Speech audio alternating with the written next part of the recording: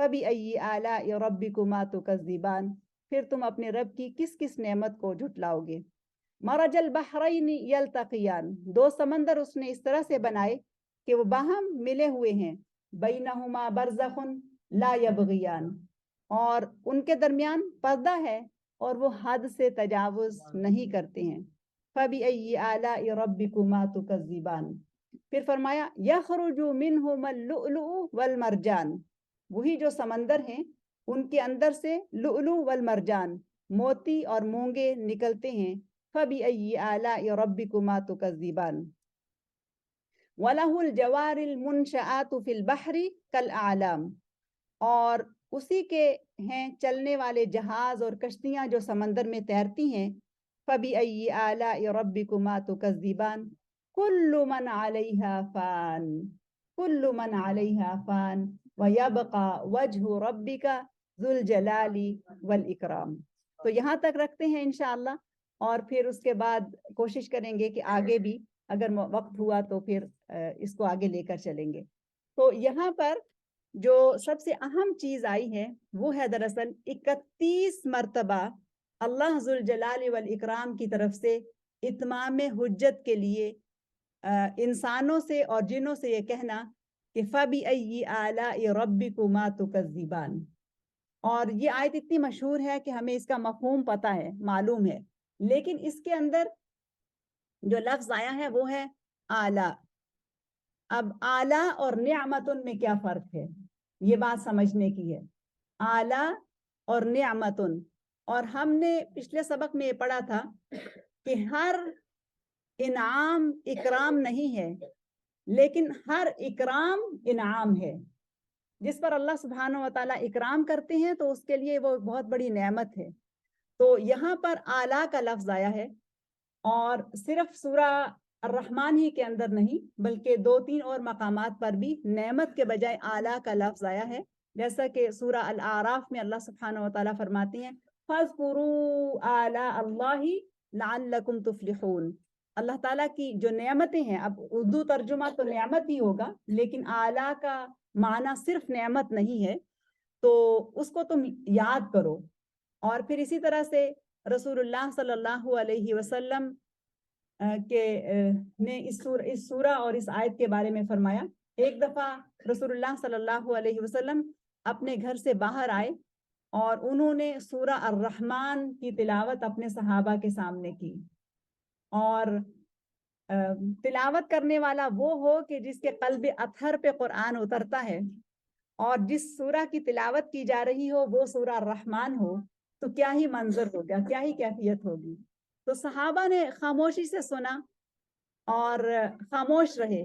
تو رسول اللہ صلی اللہ علیہ وسلم نے فرمایا ما لی اسمع الجن والانس جوابا لربها منکم، کیا وجہ ہے کہ اللہ تعالیٰ تم سے بات کر رہے ہیں، ذوالجلال والاکرام تم سے بات کر رہے ہیں اور تم سے پوچھ رہے ہیں فَبِأَيِّ آلَاءِ رَبِّكُمَا تُكَذِّبَانِ. یہ ایک سوال ہے، یہ گفتگو ہے جو ہو رہی ہے.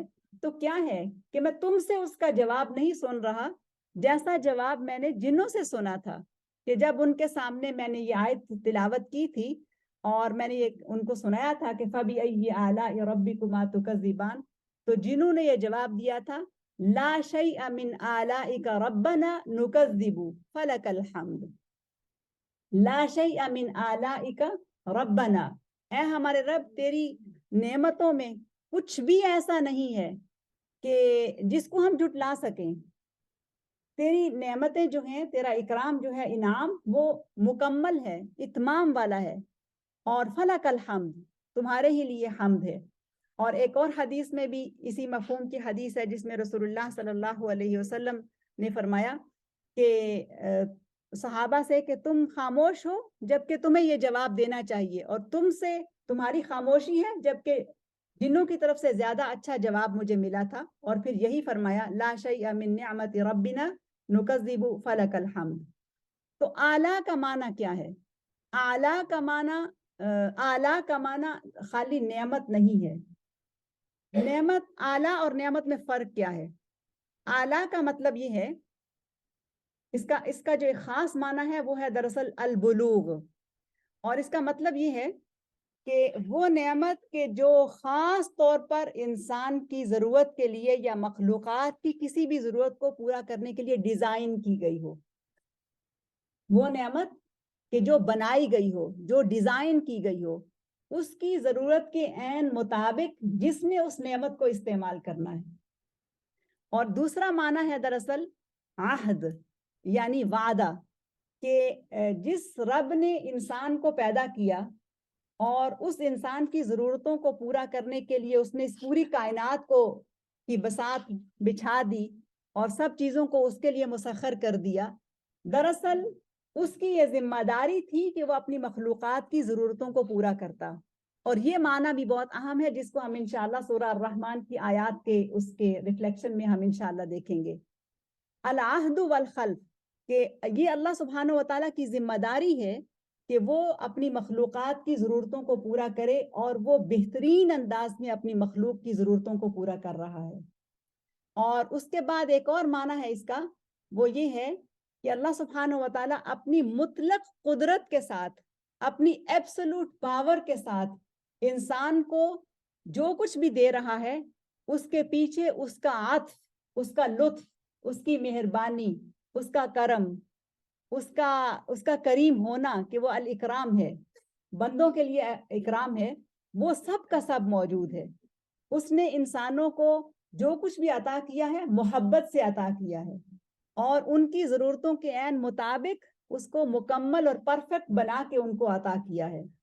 اور پھر ایک اور معنی علماء لکھتے ہیں وہ یہ کہ اعلیٰ کا مطلب دراصل یہ ہے کہ نعمتوں کی انتہا ہو گئی، اس کے بعد کچھ باقی نہیں رہا۔ اتنی نعمتیں، اتنی بھرپور نعمتیں، صرف نعمت نہیں، اتنی بھرپور نعمتیں کہ بس اس کے بعد تو کچھ باقی ہی نہیں رہ جاتا ہے۔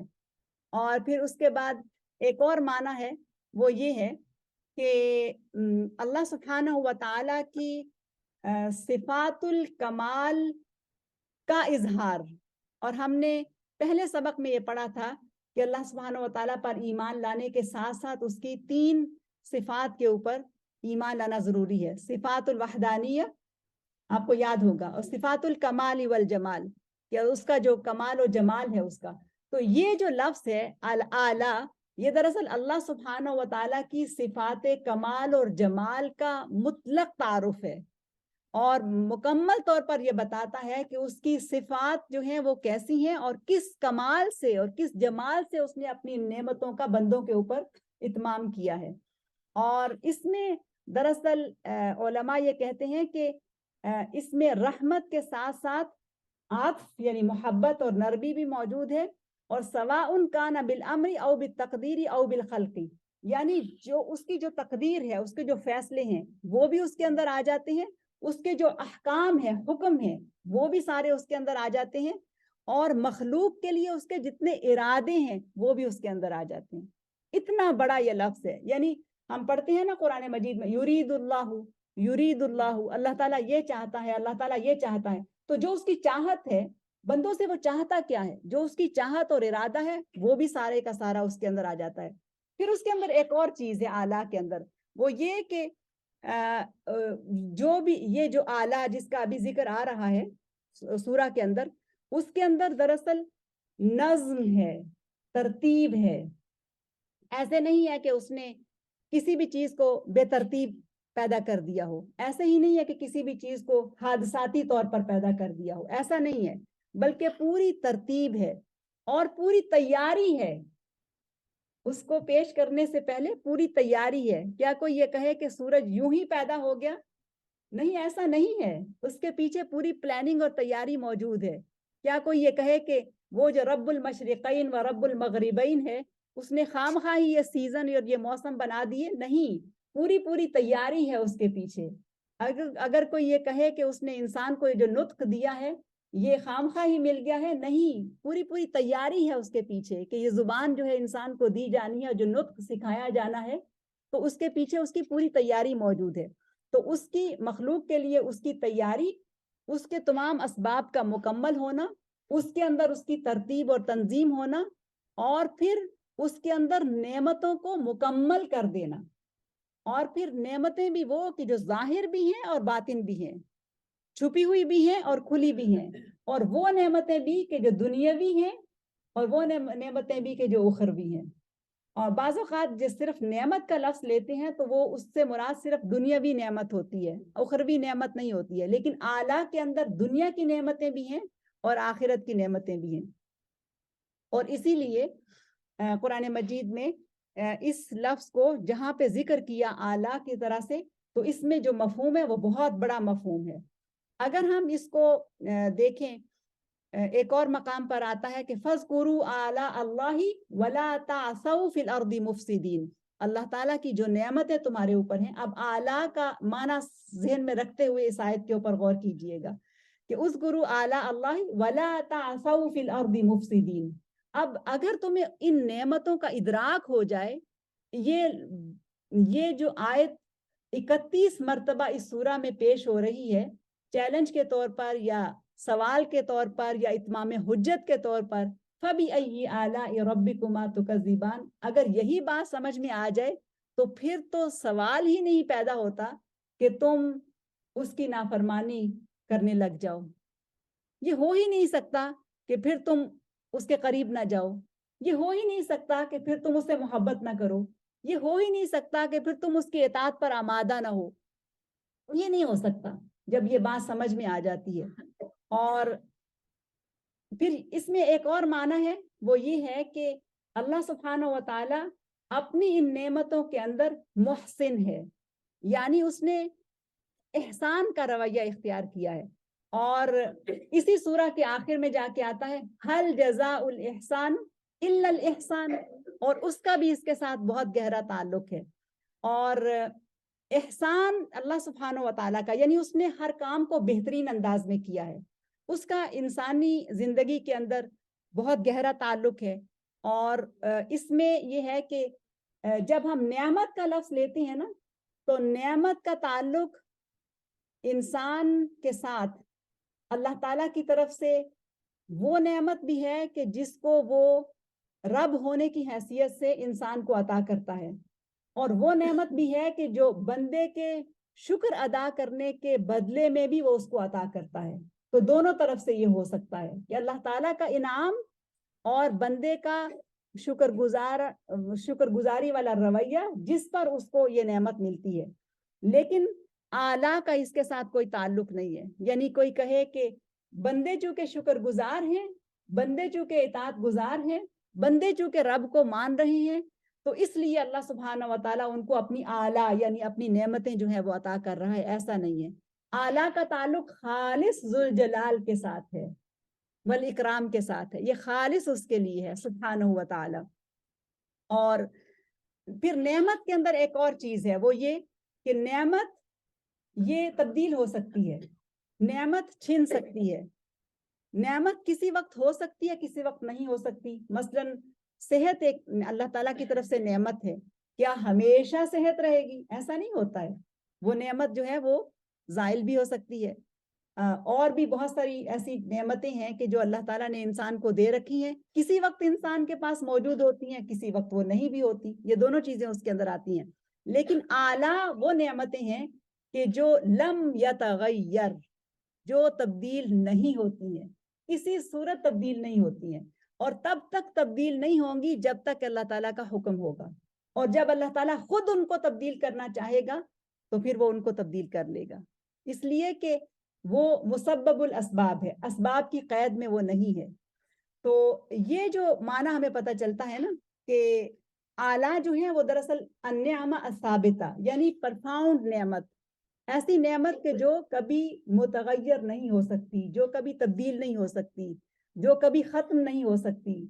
تو نعمت جو ہے وہ تبدیل بھی ہو سکتی ہے. مثلا آپ دیکھیے سورہ ابراہیم میں اللہ تعالیٰ فرماتے ہیں أَلَمْ تَرَ إِلَى الَّذِينَ بَدَّلُوا نِعْمَةَ اللَّهِ كُفْرًا, کیا تم نے ان لوگوں کا حال نہیں دیکھا کہ بدلوا نعمت اللہ کفرن, اللہ تعالیٰ نے تو نعمت کی نا, ان کے اوپر انعامات کیے کہ ان کو اللہ ذوالجلال والاکرام نے ان کو زندگی دی, ان کو صحت دی, ان کو زندہ رہنے کے وسائل دیے, ان کے لیے سب کچھ پیدا کیا جس کے اندر رہ کے وہ زندگی گزار رہے ہیں.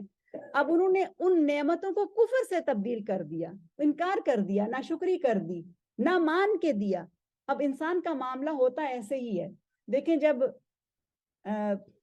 بڑے ہو جاتے ہیں نا تو پھر احساس ہوتا ہے کہ والدین نے جو ہم پہ پابندیاں لگائی تھی وہ ہمارے فائدے ہی کی تھی، لیکن وقت گزر چکا ہوتا ہے. اور اسی طرح سے جب موت طاری ہو جاتی ہے تو پھر بندے کو سمجھ آتی ہے رب تعالیٰ نے جو پابندیاں لگائی تھی وہ میرے فائدے کی تھی، لیکن وقت گزر چکا ہوتا ہے. تو یہ ہے دراصل کہ نعمتوں کا کفر، نعمتوں کا انکار، کہ وہ کہ جنہوں نے بدلو نعمت اللہ کفرن وَأَحَلُّوا قَوْمَهُمْ دَارَ الْبَوَارِ. اور پھر اللہ سبحانہ وتعالیٰ یہ بھی فرماتے ہیں وَإِن تَعُدُّوا نِعْمَتَ اللَّهِ لَا تُحْصُوهَا. یہ وہ نعمتیں ہیں کہ جن کو تم گن سکتے ہو لیکن تم ان کا شمار نہیں کر سکتے. اور پھر یہ بھی فرمایا کہ کُلُوا مِمَّا رَزَقَكُمُ اللَّهُ حَلَالًا طَيِّبًا وَاشْكُرُوا نِعْمَتَ اللَّهِ إِن كُنتُمْ إِيَّاهُ تَعْبُدُونَ. کہ رزق کھاؤ اور اللہ تعالیٰ کی جو نعمتیں ہیں ان پر شکر ادا کرو اگر تم اس کی عبادت کرنے والے ہو. تو یہ کہا جاتا ہے کہ جو نعمت ہے وہ دراصل بدل سکتی ہے، لیکن جو اعلیٰ ہے وہ کسی صورت بدلتی نہیں ہے. اور اسی لیے یہ اتنا بڑا یہ جو سوال ہے یا اتنا بڑا یہ جو چیلنج کے طور پر یہ جو آیت ہے کہ فَبِأَيِّ آلَاءِ رَبِّكُمَا تُكَذِّبَانِ، ہو ہی نہیں سکتا، گنجائش ہی نہیں ہے کہ اے جن و انس تم اپنے رب کی کسی ایک نعمت کو بھی، ایک آلہ کو بھی تم جھٹلا سکو. یہ ہو ہی نہیں سکتا، ممکن ہی نہیں ہے. اور نعمت جو ہے وہ بدل جاتی ہے. اس کی ایک اور مثال جو قرآن ہی میں آتی ہے وہ یہ ہے کہ سورہ الاحزاب کے اندر کہ جب سیدنا زید رضی اللہ عنہ کا ذکر آتا ہے اور اس میں آتا ہے کہ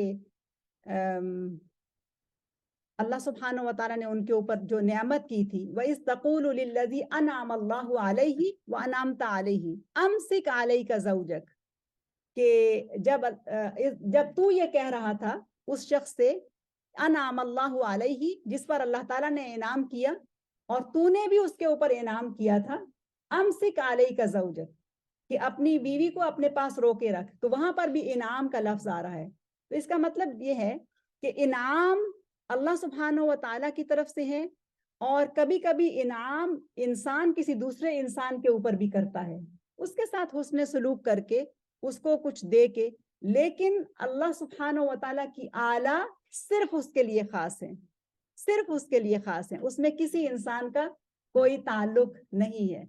تو اب علماء نے ایک اور بات بتائی ہے وہ یہ کہ اللہ ذوالجلال والاکرام کا جو نام ہے اس کے اندر جو اس کا جلال اور جو اس کا اکرام ہے اس میں جب ہم نعمت کو پائیں یا نعمت کو محسوس کریں جو اللہ تعالیٰ کی طرف سے ہمارے لیے ہے تو ہمیں چاہیے کہ ہم اس پر اس کا شکر ادا کریں. اور جب ہم اس کی اعلیٰ دیکھیں جو کہ نعمت سے بڑھ کر کے چیز ہے تو پھر چاہیے کہ ہم اس پر اس کی حمد بیان کریں. تو شکر اور حمد میں بھی فرق ہے.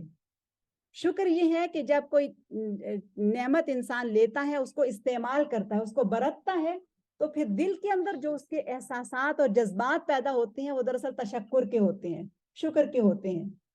اور جو حمد ہے وہ دراصل وہ اپنے دل کی گہرائیوں سے اس کو مطلق مان کر، اس کو اپنا جان کر اور اس کو وہ اتھارٹی اور وہ ہستی کا اقرار کرتے ہوئے اس کے سامنے بچھ جاتا ہے، اس کے سامنے گیو اپ کر دیتا ہے. بس اب وہ ہے اور اس کا رب ہے، اس کے علاوہ اور کچھ نہیں ہے. تو جب اس کیفیت میں اس کے دل سے نکلتا ہے الحمدللہ رب العالمین تو یہ شکر سے زیادہ ابلغ ہے اور زیادہ جامع ہے. سبحان اللہ. تو اب ہم جب اس سورہ کی طرف آتے ہیں اور اس میں ہم دیکھتے ہیں کہ پہلا سورہ کا آغاز جو ہے وہ الرحمن سے ہوا اور الرحمن بھی اللہ سبحانہ و تعالیٰ کا نام ہے. اس کے بعد فرمایا کہ الرحمن علم القرآن خلق الانسان علمہ البیان. تو اس میں علم القرآن تو الرحمن اور اس کے بعد اس کا کلام القرآن وہ اس کے فوراً بعد آئے گیا. اور یہاں پر ہے کہ الرحمن علم القرآن، رحمان جس نے قرآن سکھایا. اب دیکھیں کہ ذوالجلال والاکرام کہ نام کے ساتھ جب نسبت لگاتے ہیں تو یہ جو دوسری آیت ہے علم القرآن، تو اس کو آپ دیکھیں کہ اس میں الرحمن کے اندر ذوالجلال موجود ہے، اور جو القرآن کی جو نعمت ملی ہے اس کا تعلق دراصل اکرام کے ساتھ ہے۔ اگر پہلے آیت کے پہلے حصے کو دیکھا جائے جس میں الرحمن ہے تو اس کا تعلق ذوالجلال کے ساتھ ہے، پھر اس کے فوراً بعد علم القرآن، اس کا تعلق دراصل اکرام کے ساتھ ہے، ذوال اکرام کے ساتھ ہے، کہ وہی کہ جس نے الرحمن جس نے پیدا کیا اس نے قرآن دیا، اور قرآن اللہ تعالیٰ کی حبل اللہ المتین، وہ کتاب کے جو جس کا ایک سرا انسان کے ہاتھ میں ہے اور ایک اللہ تعالیٰ کے پاس ہے، یہ کنیکٹ کرتی ہے بندے کو رب کے ساتھ، اور یہ وہ کتاب ہے، اور صرف ایک کتاب ہے کہ جو انسان کو بار بار غور و فکر کی دعوت دیتی ہے۔ کوئی ایسی کتاب نہیں ہے کہ جو اس طرح سے انسان کو غور و فکر کرنے کی دعوت دیتی ہو جتنی قرآن دیتا ہے، بار بار تدبر اور غور و فکر کی دعوت دیتا ہے۔ اور پھر اس کے فوراً بعد جب کہا کہ خلق الانسان، انسان کو پیدا کیا، اب یہاں پر کچھ علماء نے اس کا معنی یہ کیا ہے کہ یہاں پر انسان سے مراد دراصل سب انسان ہیں، لیکن اس سے مراد کچھ لوگوں کے نزدیک محمد رسول اللہ صلی اللہ علیہ وسلم، یعنی اللہ تعالیٰ نے ان کی تخلیق کی، ان کو پیدا کیا اور انہیں قرآن کا تحفہ دے کر انسانیت کے لیے بھیجا۔ اور پھر علمہ البیان، اس کو بات کرنا سکھایا۔ اب یہ جو انسان کی تخلیق ہے، اگر اسی پر انسان غور کرے تو اس میں اللہ سبحانہ و تعالیٰ کا اکرام بھی موجود ہے اور اللہ سبحانہ و تعالیٰ کا ذوالجلال بھی موجود ہے، اس کا جلال بھی موجود ہے کہ اس نے بھرپور اور مکمل طور پر انسان کو پیدا کیا اور بے شمار نعمتیں اس کو عطا کی۔ اب دیکھیں جو علمہ البیان، اس کو بیان سکھایا۔ اب یہ جو بیان ہے یعنی جو بولنے کی طاقت ہے، یہ کتنی بڑی طاقت ہے، اور اس کے اندر ذوالجلال والاکرام کا کس طرح سے جلال و اکرام جو ہے وہ موجود ہے۔ اب کہنے کو کیا ہے، یہ دو ہونٹ ہیں، ایک زبان ہے، اور یہ زبان اتنی تنگ سی جگہ کے اندر ہے اور وہیں پہ یہ حرکت کرتی رہتی ہے، اور پھر وہاں سے آواز نکلتی ہے، الفاظ بنتے ہیں، اور یہ جو آوازیں ہیں ان کو جب انسان سنتا ہے اور سمجھتا ہے اور ایک دوسرے سے کنیکٹ ہوتا ہے، اور سبحان اللہ کہ خلق الانسان، اس نے انسان کو پیدا کیا، وعلمہ البیان، جب اس کو پیدا کیا تو کس طرح سے پیدا کیا کہ اس زبان کا جو تعلق ہے وہ سماعت کے ساتھ جوڑ دیا، کہ جب انسان سنتا ہے تو پھر وہ بولتا ہے، اور اگر وہ سن نہیں سکتا تو وہ بول نہیں سکتا۔ کتنا زبردست تعلق ہے اس کے اندر ذوالجلال والاکرام۔ وہ ذوالجلال والاکرام کیسے اس نے انسان کو یہ جو ایک نعمت دی ہے، کتنی بڑی نعمت دی ہے۔ پھر جب یہ آواز نکلتی ہے تو کیا کبھی ہم میں سے کسی نے اس پر سوچا کہ یہ جو ساؤنڈ سسٹم ہے یہ کہاں پر نصب ہے؟ دیکھیں میری آواز آپ تک پہنچانے کے لیے یہ ایک آلہ موجود ہے نا جو سامنے رکھا ہے، نظر آتا ہے نا، لیکن یہ جو آواز یہاں سے نکلتی ہے اس کا جو سسٹم اندر موجود ہے وہ کس نوعیت کا ہے؟ کیا کوئی اس کو دیکھ سکتا ہے؟ فَبِأَيِّ آلَاءِ رَبِّكُمَا تُكَذِّبَانِ۔ اب آلہ کے جو معنی میں نے آپ کے سامنے رکھے ہیں اس پہ غور کریں۔ کیا ہم اس کا ترجمہ نعمت کے ساتھ کر سکتے ہیں؟ یہ وہ نعمت ہے کہ جس کا بدل ہی کوئی نہیں ہے، یہ وہ نعمت ہے کہ جس کو بہت خوبصورتی سے ڈیزائن کیا گیا تھا، بہت سوچ سمجھ کے بنایا گیا تھا کہ کس طرح سے اس زبان کی حرکت سے تھوڑے سے مسلز ہیں، اور زبان جو ہے تنگ سی جگہ پہ بیٹھی ہوئی تالو سے جو ہے وہ چپکتی ہے، ہٹتی ہے، مڑتی ہے، جڑتی ہے، نیچے ہوتی ہے، اوپر ہوتی ہے، اور کہاں سے یہ آواز نکل آتی ہے؟ سوچے ذرا انسان، کہاں سے یہ آواز نکل آتی ہے؟ تو کیا یہ تکریم نہیں ہے جو اللہ تعالیٰ نے انسان کو دی؟ کیا یہ اس کا اکرام نہیں ہے کہ اس نے اس کو حیوان ناطق بنایا، اس کو بولنے والا بنایا؟ کتنا بڑا اس کا فَبِأَيِّ آلَاءِ رَبِّكُمَا تُكَذِّبَانِ۔ کیا کچھ ہے کہ اس میں ہم انکار کریں؟ نہیں ہو سکتا. جو شخص سن نہیں سکتا وہ بول نہیں سکتا. پھر ان لفظوں کو معنی کون دیتا ہے؟ یہ لینگویجز کیسے وجود میں آتی ہیں؟ ان الفاظ کے معنی کیسے ہو جاتے ہیں؟ جو زبان ہم جانتے ہی نہیں ہیں، اگر کوئی شخص ہمارے سامنے کھڑا وہ زبان بول رہا ہو تو گویا ہم دیوار کے سامنے کھڑے ہیں. کچھ بھی ہم سمجھ نہیں سکتے، کچھ بھی ہم بتا نہیں سکتے، گویا ہم دیوار سے باتیں کر رہے ہیں. لیکن وہ جو زبان ہمیں آتی ہوتی ہے، ان الفاظ کو معنی کون دیتا ہے؟ یہ عقل کس نے سکھائی؟ یہ آواز کس نے دی؟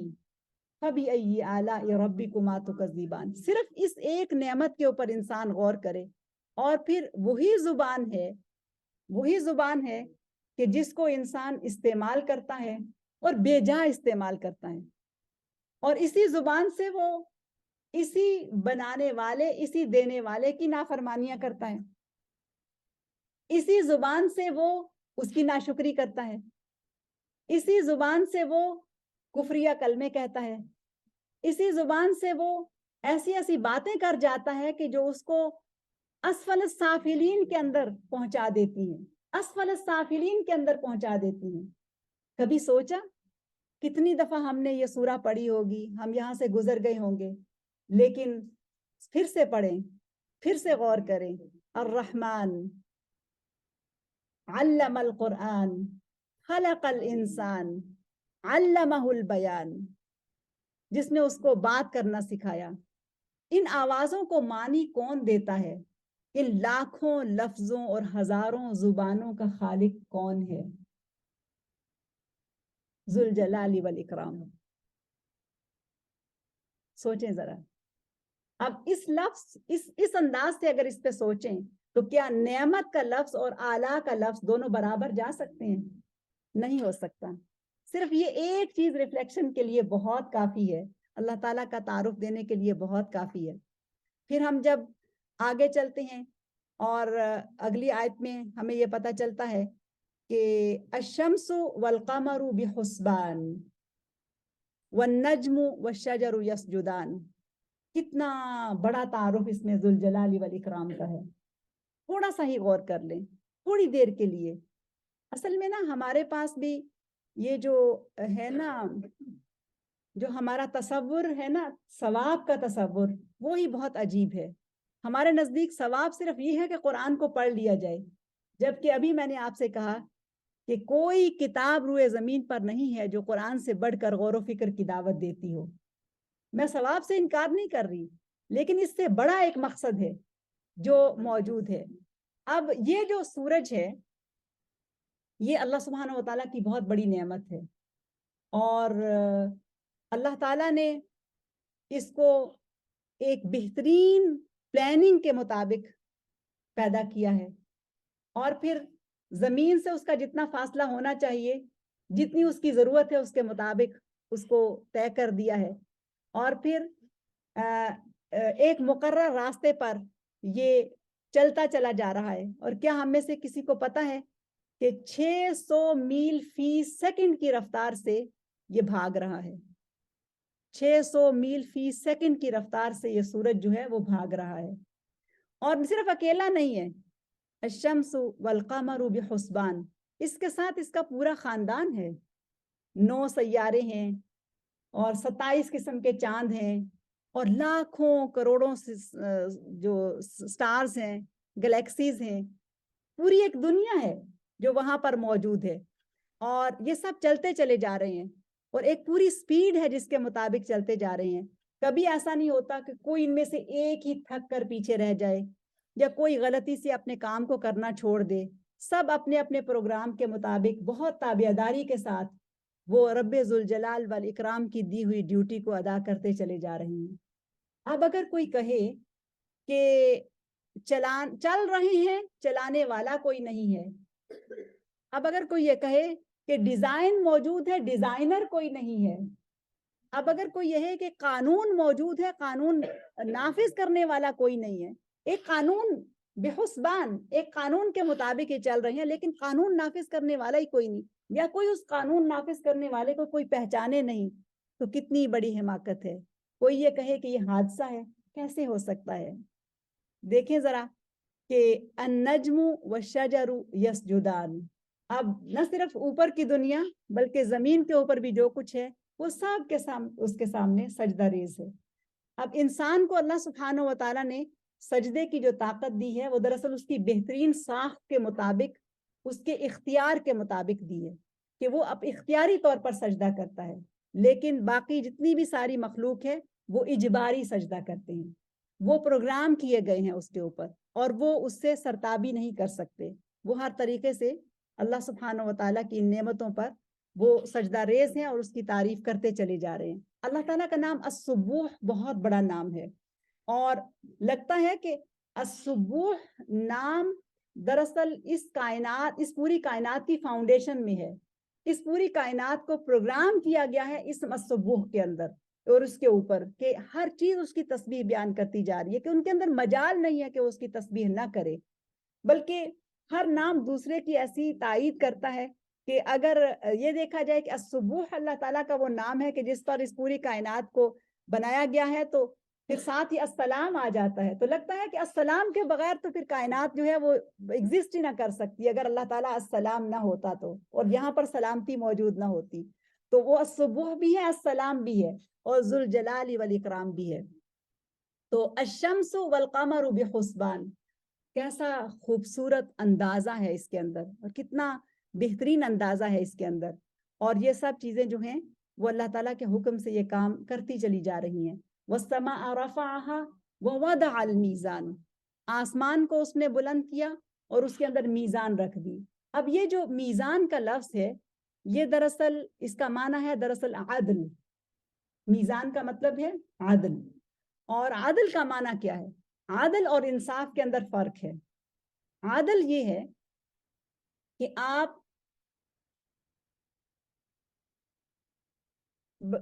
دو بچوں کو کوئی چیز دیتے ہیں اور اس چیز کو بالکل برابر ہونا چاہیے، مثلا آپ نے بچوں کو سیب دیا اور ہو سکتا ہے وہ سائز میں قریب قریب ہی ہو، لیکن کیا وہ سیب بالکل برابر سائز کا ہے؟ جتنا وزن ایک سیب کا ہے اتنا ہی وزن دوسرے سیب کا ہے؟ پھر صرف وزن ہی کی بات نہیں، کیا ذائقے میں بھی وہ اتنا ہی ہے؟ یہ ایسا تو نہیں ہے کہ اس کا ذائقہ زیادہ میٹھا ہے اور اس کا ذائقہ جو ہے وہ کم میٹھا ہے؟ پھر اس کے اندر جو اور صلاحیتیں اس سیب کے اندر موجود ہیں کیا اس میں بھی وہ برابر ہے؟ اگر تو ایسا ہے کہ آپ نے ایک دم مکمل طور پر ایک جیسا سیب جو خاصیات کے اندر بھی اور وزن کے اندر بھی برابر ہے اور وہ دیا، تو اس کا مطلب ہے کہ یہ عدل ہے۔ لیکن اگر آپ نے ایسی چیز دی کہ جو وہ ملتی جلتی تو ہے لیکن وہ برابر نہیں ہے، تو یہ عدل نہیں ہے۔ بچے کو ایک چیز ایک بچے کو دلا دی، دوسری چیز دوسرے بچے کو دلا دی، دونوں کو چیزیں تو دی ہیں، اور یہ آپ نے انصاف کیا، یہ ہم نے انصاف کیا کہ ایک کو بھی وہ چیز دی دوسرے کو بھی وہ چیز دے دی۔ یہ انصاف تو ہو سکتا ہے لیکن یہ عدل نہیں ہو سکتا ہے۔ اور اللہ سبحانہ و تعالیٰ نے یہ جو لفظ یہاں پر کہا ہے وَوَضَعَ الْمِيزَانَ، اور اس نے عدل قائم کر دیا ہے۔ اللہ سبحانہ و تعالیٰ کا نام المنصف ہو سکتا تھا لیکن ہے نہیں ہے، اسماء و صفات میں سے اس کا نام المنصف نہیں آتا، وہ العدل ہے۔ اور العدل کا مطلب یہ ہے کہ انتہائی بہترین اندازے کے مطابق چیزوں کو ان کی مقررہ جگہ پر رکھنا، یہ ہے دراصل عدل۔ اور ہر ایک کو اس کا حق دینا، جتنا اس کا حق بنتا ہے اس کو اس کا حق دینا، یہ ہے دراصل عدل۔ اور اللہ سبحانہ و تعالیٰ کا نام العدل ہے، اور یہاں پر بھی اس نے عدل قائم کیا۔ وَالسَّمَاءَ رَفَعَهَا وَوَضَعَ الْمِيزَانَ، اگر عدل نہ ہوتا اس کائنات کے اندر، اگر عدل نہ ہوتا انسانوں کی زندگیوں کے اندر، اگر عدل نہ ہوتا اس دنیا کے بعد کی دنیا کے اندر، تو پھر تو قیاس ہوتا، پھر تو کوئی سسٹم کہیں بھی کوئی جو صحیح طرح چل ہی نہ سکتا۔ یہ اس کی صفت عادل ہے جس کے مطابق اس نے ہر چیز کا ایک اندازہ مقرر کر دیا ہے اور ہر چیز کو ایک اندازے کے مطابق بنایا ہے، اور اس کے عادل پر ہی یہ پوری کائنات چل رہی ہے۔ اور وہی رب یہ چاہتا ہے کہ چونکہ اس نے کہا کہ وَوَضَعَ الْمِيزَانَ، اب آگے حکم دیا جا رہا ہے اللہ تطغوا فی المیزان، وہ العادل ہے، اس نے عادل قائم کیا ہے، اس نے عادل پر اس دنیا کی بساط رکھی ہے، اس کائنات اور اس نظام کو بسایا ہے، تو پھر تمہیں کیا کرنا ہے؟ لا تطغوا فی المیزان، تم نے عادل کو خراب نہیں کرنا ہے، تم نے عادل کو قائم کرنا ہے۔ اب تھوڑا سا اس کے اوپر ہم اگر سوچیں اور اسی کو جوڑیں ذوالجلال والاکرام کے ساتھ، تو یہاں پر اللہ سبحانہ و تعالیٰ کا جلال اس طرح سے ہے کہ السماء رفعها، اور جمال اس طرح سے ہے کہ اس کو بہت خوبصورتی کے ساتھ بنایا، کوئی ستون نہیں ہے، ایک خوبصورت چھتری ہے ہمارے سروں پر بغیر ستون کے، بغیر عامد ترونها، دیکھ رہے ہو کہ وہ موجود ہے چھتوں کے اوپر، لیکن اس کے ساتھ اس کا اکرام کیا ہے؟ وَوَضَعَ الْمِيزَانَ، اور پھر اس کا دوسرا اکرام انسان کے اوپر کیا ہے کہ اس نے بندے کو یہ حکم دے دیا کہ لا تطغوا فی المیزان، تمہیں کیا کرنا ہے؟ تم نے اس عادل کو قائم رکھنا ہے، اس میزان میں ڈنڈی نہیں مارنی ہے، اس کو خراب نہیں کرنا ہے۔ اب اس چیز کو اگر ہم صرف 2 یا 3 مثالوں سے سمجھ لیں کہ کیسی کیسی ناانصافیاں انسان اپنے حق میں بھی کرتا ہے، دوسروں کے حق میں بھی کرتا ہے، اور پھر اللہ سبحانہ و تعالیٰ کے حکموں کے ساتھ بھی کرتا ہے۔ صرف ہم اس کو اپنے جسم کو ہی لے لیں، اس انسان ہی کو لے لیں، تو اس میں اللہ سبحانہ و تعالیٰ نے یہ جو دماغ ہمارا بنایا ہے، اب اللہ السلام نے اس دماغ کو محفوظ رکھنے کے لیے کتنا خوبصورت اس کا پاٹ بنایا ہے، کتنا بہترین پیالہ ہے، اور اس کے اندر دماغ ہے کیا؟ ایک چھوٹی سی چیز ہے جو پانی میں فلوٹ کر رہی ہے، اور عجب بات یہ ہے کہ وہ پانی میں فلوٹ کر رہا ہے۔ اس امیزنگ، سبحان اللہ، بہت کمال کا بنایا اس رب نے اس کو، کہ وہ پانی میں فلوٹ کر رہا ہے، لیکن وہیں پہ اگر ایکسٹرا پانی جمع ہو جائے تو کیا ہو جاتا ہے؟ بربادی، تباہی، مسئلے، وہیں پہ وہ پانی میں فلوٹ کر رہا ہے، اور یہ اس کی کتنی اچھی ایک جو اس کی حفاظت کے لیے کتنا اچھا پیالہ کھوپڑی کے اندر اس کو محفوظ کر دیا، اور سب سے مضبوط یہ جو اسکل ہے یہ کھوپڑی ہے انسان کی، اور انسان کا جسم فنا ہو جاتا ہے لیکن یہ کھوپڑی جو ہے یہ ایسی مضبوط ہے کہ یہ باقی رہ جاتی ہے۔ دیکھیں آپ نے کبھی وہ باقیات دیکھی ہوں انسان کی، تو اس میں جسم نہیں ہوتا، کھوپڑی موجود ہوتی ہے، ایسی زبردست یہ چیز ہے، اور اس کو یعنی یہ ہڈی اتنی ہے عجیب ہے کہ اس کو قائم رکھا اور یہ باقی رہ جاتی ہے، اور اس کے اندر دماغ کو رکھا اور اس کی حفاظت کا بخوبی انتظام کیا۔ اب یہ دماغ جو ذوالجلال والاکرام کی دین ہے، اس کو ہم کیسے استعمال کرتے ہیں؟ اور یہاں پر حکم کیا ہے کہ لا تطغوا فی المیزان، اس کے ساتھ عدل ہمارا کیسا ہے کہ وہی نعمت جو اس نے دی ہوئی ہے اس کا ہم استعمال کیسے کرتے ہیں، کہ جہاں پر اللہ تعالیٰ کی پہچان ہونی چاہیے تھی، جہاں پر اس کی اطاعت کی کیفیت جو ہے وہ ہونی چاہیے تھی، غور و فکر ہونا چاہیے تھا، وہاں پر سب بھوسا بھرا ہوا ہے، اگر کچھ یاد نہیں ہوتا تو دعائیں یاد نہیں ہوتی، اور کچھ بھولتا ہی نہیں ہے ہمیں، 100 سال پرانی بات بھی ہمیں نہیں بھولتی، کوئی کہہ کے کہاں کیا جاتا ہے، اس نے ہمیں 10 سال پہلے کوئی بات کہی ہم نہیں بھولتے، وہ ہمارے یہاں بہت اچھی طرح سے رجسٹر ہو چکی ہے، ہمیں یاد ہے، لیکن کہیں کہ دعا یاد کر لو، قرآن یاد کر لو، نہیں یاد ہوتا جی۔ کیا مسئلہ ہے ہمارے ساتھ؟ کیا ہے؟ کیا مشکل ہے؟ کہاں ہم اپنی زندگیوں میں عدل لے کر آئیں؟ تو اس عقل کو اگر ہم عدل کے ترازو پر رکھیں تو بتائیں کہ کتنا کوئی عدل ہم اس کے ساتھ کر رہے ہیں۔ لا تطغوا فی المیزان، طغیانی کیا ہوتا ہے؟ طغیان یہ لفظ ہم اردو میں بھی تھوڑا سمجھتے ہیں کہ جب پانی کناروں کے اندر رہے اور جو اس کی جگہ ہے وہاں پر وہ بہتا چلا جائے تو وہ صحیح ہے، کوئی مسئلہ نہیں ہے، کوئی مشکل نہیں ہے، لیکن جیسے ہی وہ پانی کناروں سے باہر آ جاتا ہے تو پھر مشکل ہو جاتی ہے، پھر تباہی ہوتی ہے، بربادی ہوتی ہے، اس لیے کہ وہ کناروں سے باہر آ گیا۔ طغیانی یہی ہے کہ جو حد ہے وہاں پر انسان رہے۔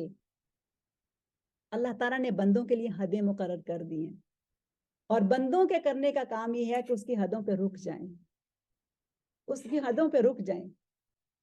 یہ دماغ جو اتنی بڑی صلاحیت اللہ تعالیٰ نے دی ہے، حد یہ ہے کہ اس کو اس کی فرمانبرداری ہی میں استعمال کیا جائے، اور جہاں اس نے روک دیا وہاں رک جانا چاہیے، اور پھر طغیانی یہ ہوگی اللہ تطغوا طغا یطغوا، طغیانی یہ ہوگی، طغا یہ ہوگا کہ اس سے وہ کام لیا جائے جس کے لیے اللہ تعالیٰ نے اس کو بنایا ہی نہیں ہے.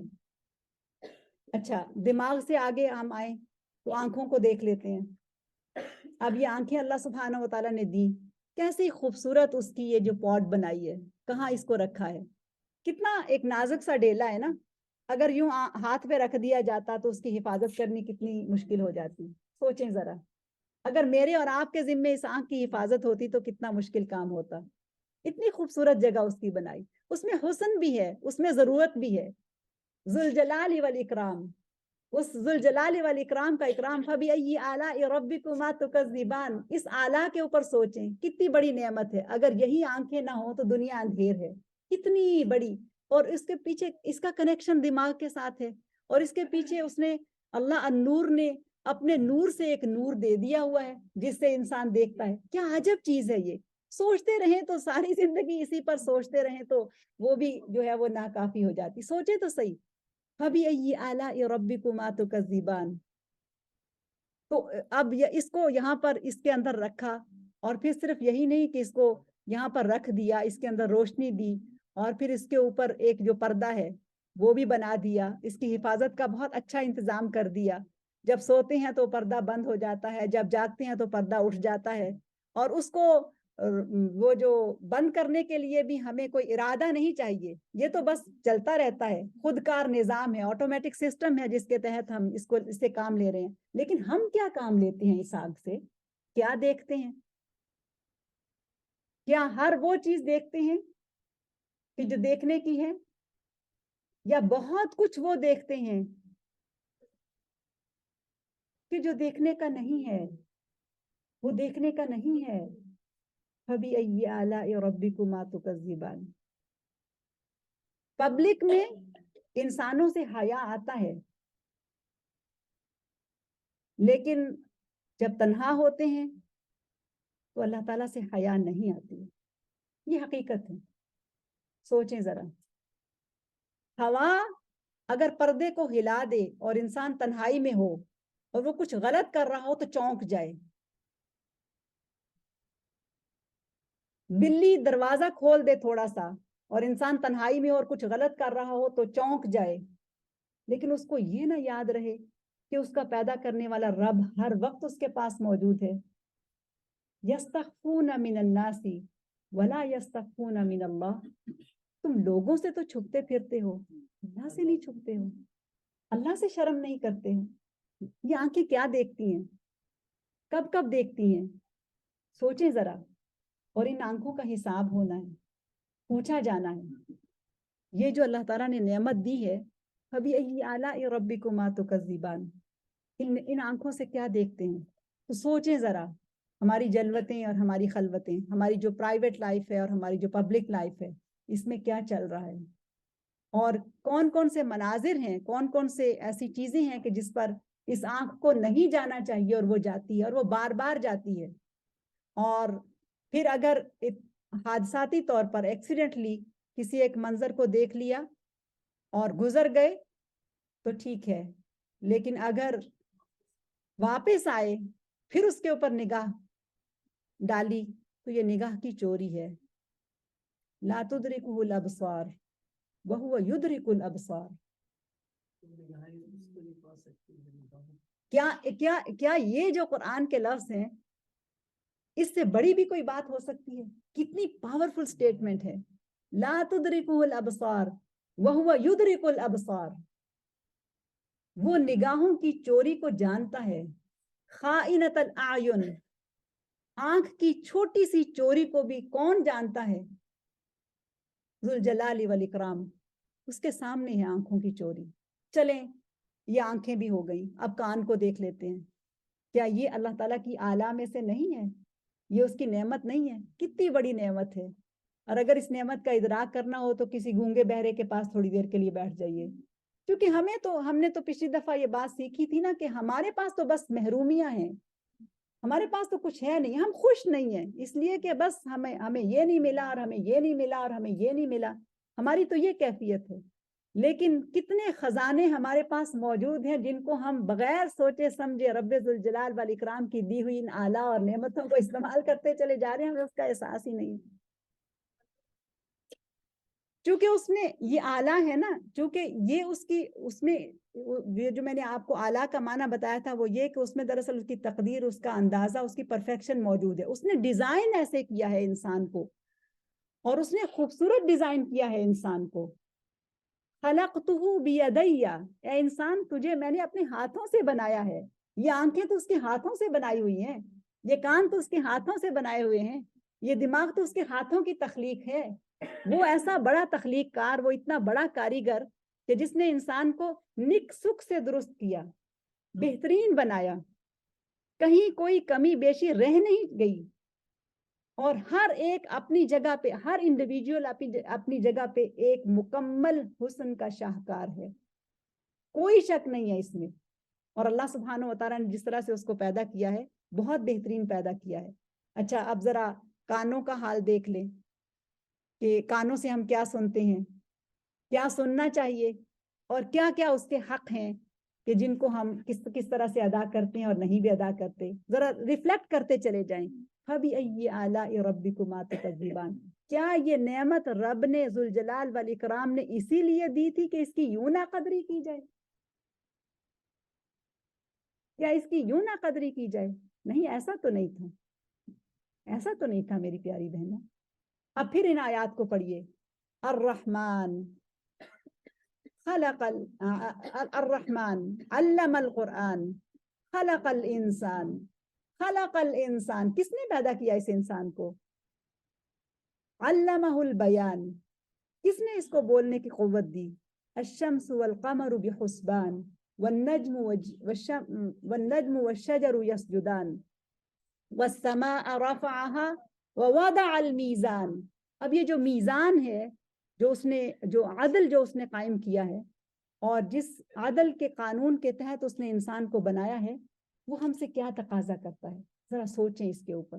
ایک ایک آیت پکڑ لیتی ہے بندے کو، سوچنے پر مجبور کرتی ہے، اور اللہ ذوالجلال والاکرام کے جو اعلیٰ اور انعام ہیں ان کے اوپر غور و فکر کی دعوت دیتی ہے، آگے جانے ہی نہیں دیتی۔ تو انسان سوچے تو صحیح، سمجھے تو صحیح۔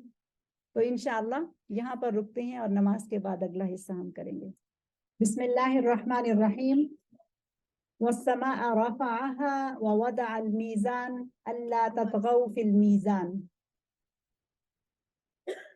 آسمان کو اس نے بلند کیا اور عدل قائم کر دیا، اور تم اس میزان کے اندر زیادتی نہ کرو۔ امام الشافعی رحمہ اللہ کہتے ہیں کہ قرآن مجید کی یہ جو آیت ہے کہ ان اللہ یأمرکم بالعدل والاحسان وایتاء ذی القربى وینہی عن الفحشاء والمنکر والبغی یعظکم لعلکم تذکرون، یہ جو آیت ہے یہ بہت ہی اہم آیا ہے۔ ان اللہ یأمرکم بالعدل والاحسان، اللہ تعالیٰ تمہیں عدل اور احسان کا حکم دیتا ہے۔ اس احسان سے مراد یعنی ہر کام کو خوبصورتی کے ساتھ کرنا، اچھے طریقے سے کرنا، یہ احسان ہے۔ بالعدل والاحسان وایتاء ذی القربى، اور رشتہ داروں کے ساتھ حسن سلوک کرنا، اور فحاشی سے دور رہنا۔ وینہی عن الفحشاء والمنکر، فحش اور منکر سے بچ کے رہنا۔ والبغی، اور بغی، بغ کیا ہے؟ بغ دراصل ہر وہ کام کہ جس میں انسان حد سے گزر جائے، ہر وہ کام۔ آنکھ کی بغاوت کیا ہوگی؟ کہ وہ حرام دیکھے۔ زبان کی بغاوت کیا ہوگی؟ کہ وہ جھوٹ بولے، وہ غیبت کرے، وہ چغلی کھائے، وہ دل آزاری کرے۔ ہاتھوں کی بغاوت کیا ہوگی؟ کہ وہ اس سے غلط کام کریں، جس کے لیے، جس طرح سے ان کو ڈیزائن کیا گیا ہے، یہ جو نعمت دی گئی ہے، یہ جس لیے دی گئی ہے، اس کے علاوہ اس کے برعکس اس کا استعمال کرے، اس سے ظلم کرے، اس سے چوری کرے، اس سے کسی کی مار پٹائی کرے، اس کے ساتھ کسی پر زیادتی کرے، کسی بھی طریقے کا غلط کام جو اس نعمت سے لیا جائے گا وہ بغی ہوگا۔ اسی طرح سے آپ پورے قدموں کو دیکھ لیجئے، تو وہ آیت جو ہے امام شافعی رحمہ اللہ کہتے ہیں کہ اگر پورا قرآن نہ اترتا، صرف یہ ایک آیت اترتی تو انسانی ہدایت و رہنمائی کے لیے کافی تھی. یعنی اس میں جن چیزوں کا حکم دیا گیا ہے، اس میں جو آخری چیز ہے وہ ہے دراصل البغی. بغی کس کس انداز میں انسان اپنے اوپر بھی ظلم کرتا ہے، اور اس پوری کائنات کے ساتھ بھی، اس پورے نظام کے ساتھ بھی، اور اپنے قریب اور ارد گرد کے انسانوں کے ساتھ بھی اور مخلوقات کے ساتھ بھی ظلم کرتا ہے. اب آگے آیات آ رہی ہیں، مرج البحرین یلتقیان، وہ بھی ہم نے ابھی پڑھی ہیں، دوبارہ ہم انشاءاللہ اس کو پڑھیں گے. تو یہ جو پورا سسٹم اللہ سبحانہ و تعالیٰ نے اس کائنات کا بنایا ہے، جس میں اس نے کہا کہ آسمان کو بلند کیا، وَوَضَعَ الْمِيزَانَ أَلَّا تَطْغَوْا فِي الْمِيزَانِ. اللہ سبحانہ و تعالیٰ کا منشا اور مقصد یہ ہے کہ انسان کے سارے کام دراصل عادل کے مطابق ہو جائیں، ایک نقطے پر آ جائے، اس کی سوچیں ایک نقطے پر آ جائیں، اور وہ نقطہ عادل کا نقطہ ہے. اس کا سننا ایک نقطے پر آ جائے، اور اس کا جو سننا اور اس کی جو سماعت ہے وہ عادل کے اوپر ہو، اس کا دیکھنا عادل کے اوپر ہو، اس کا بولنا عادل کے اوپر ہو، اس کی زندگی عادل کے معیار کے مطابق گزرے. لیکن انسان کا حال کیا ہے کہ وہاں پر طغیانی ہی طغیانی نظر آتی ہے، بغی ہی نظر آتا ہے، اور کچھ نہیں دکھتا ہے. ہم اپنے اپنے اعمال کا اگر جائزہ لیں تو کس کس طریقے سے انسان نے اللہ تعالیٰ کی ان نعمتوں کے ساتھ بغاوت کی ہے، کس کس طرح سے وہ ان نعمتوں کو ڈسٹروئے کر رہا ہے، کس کس طرح سے وہ فساد پھیلا رہا ہے. ظہر الفساد فی البر والبحر بما کسبت ایدی الناس. اللہ تعالیٰ نے تو یہ جو آلہ ہیں، یہ پوری نعمتیں جو ہیں، یہ بہت خوبصورت ڈیزائن کی ہیں، اور پوری پلاننگ کے ساتھ ڈیزائن کی ہیں، اور انسان کی ضرورت کے مطابق ڈیزائن کی ہیں. لیکن یہاں پر کیا ہو رہا ہے؟ یہاں پر دراصل جو ڈسٹرکشن ہے، جو تباہی ہے، وہ کس کے ہاتھوں آ رہی ہے؟ انسانوں کے ہاتھوں آ رہی ہے. نہ انسان کے اپنی زندگی میں عادل رہا، نہ انسان کے معاشرے کے اندر عادل رہا، نہ شہروں کے اندر عادل رہا، نہ حکومتوں کے اندر عادل رہا. اور پھر پوری کائنات کا نظام جس خالق نے عادل پر قائم کیا تھا، انسان اسی کے پیچھے ہاتھ دھو کے پڑا ہوا ہے، اسی کو برباد کرنے پر تلا ہوا ہے.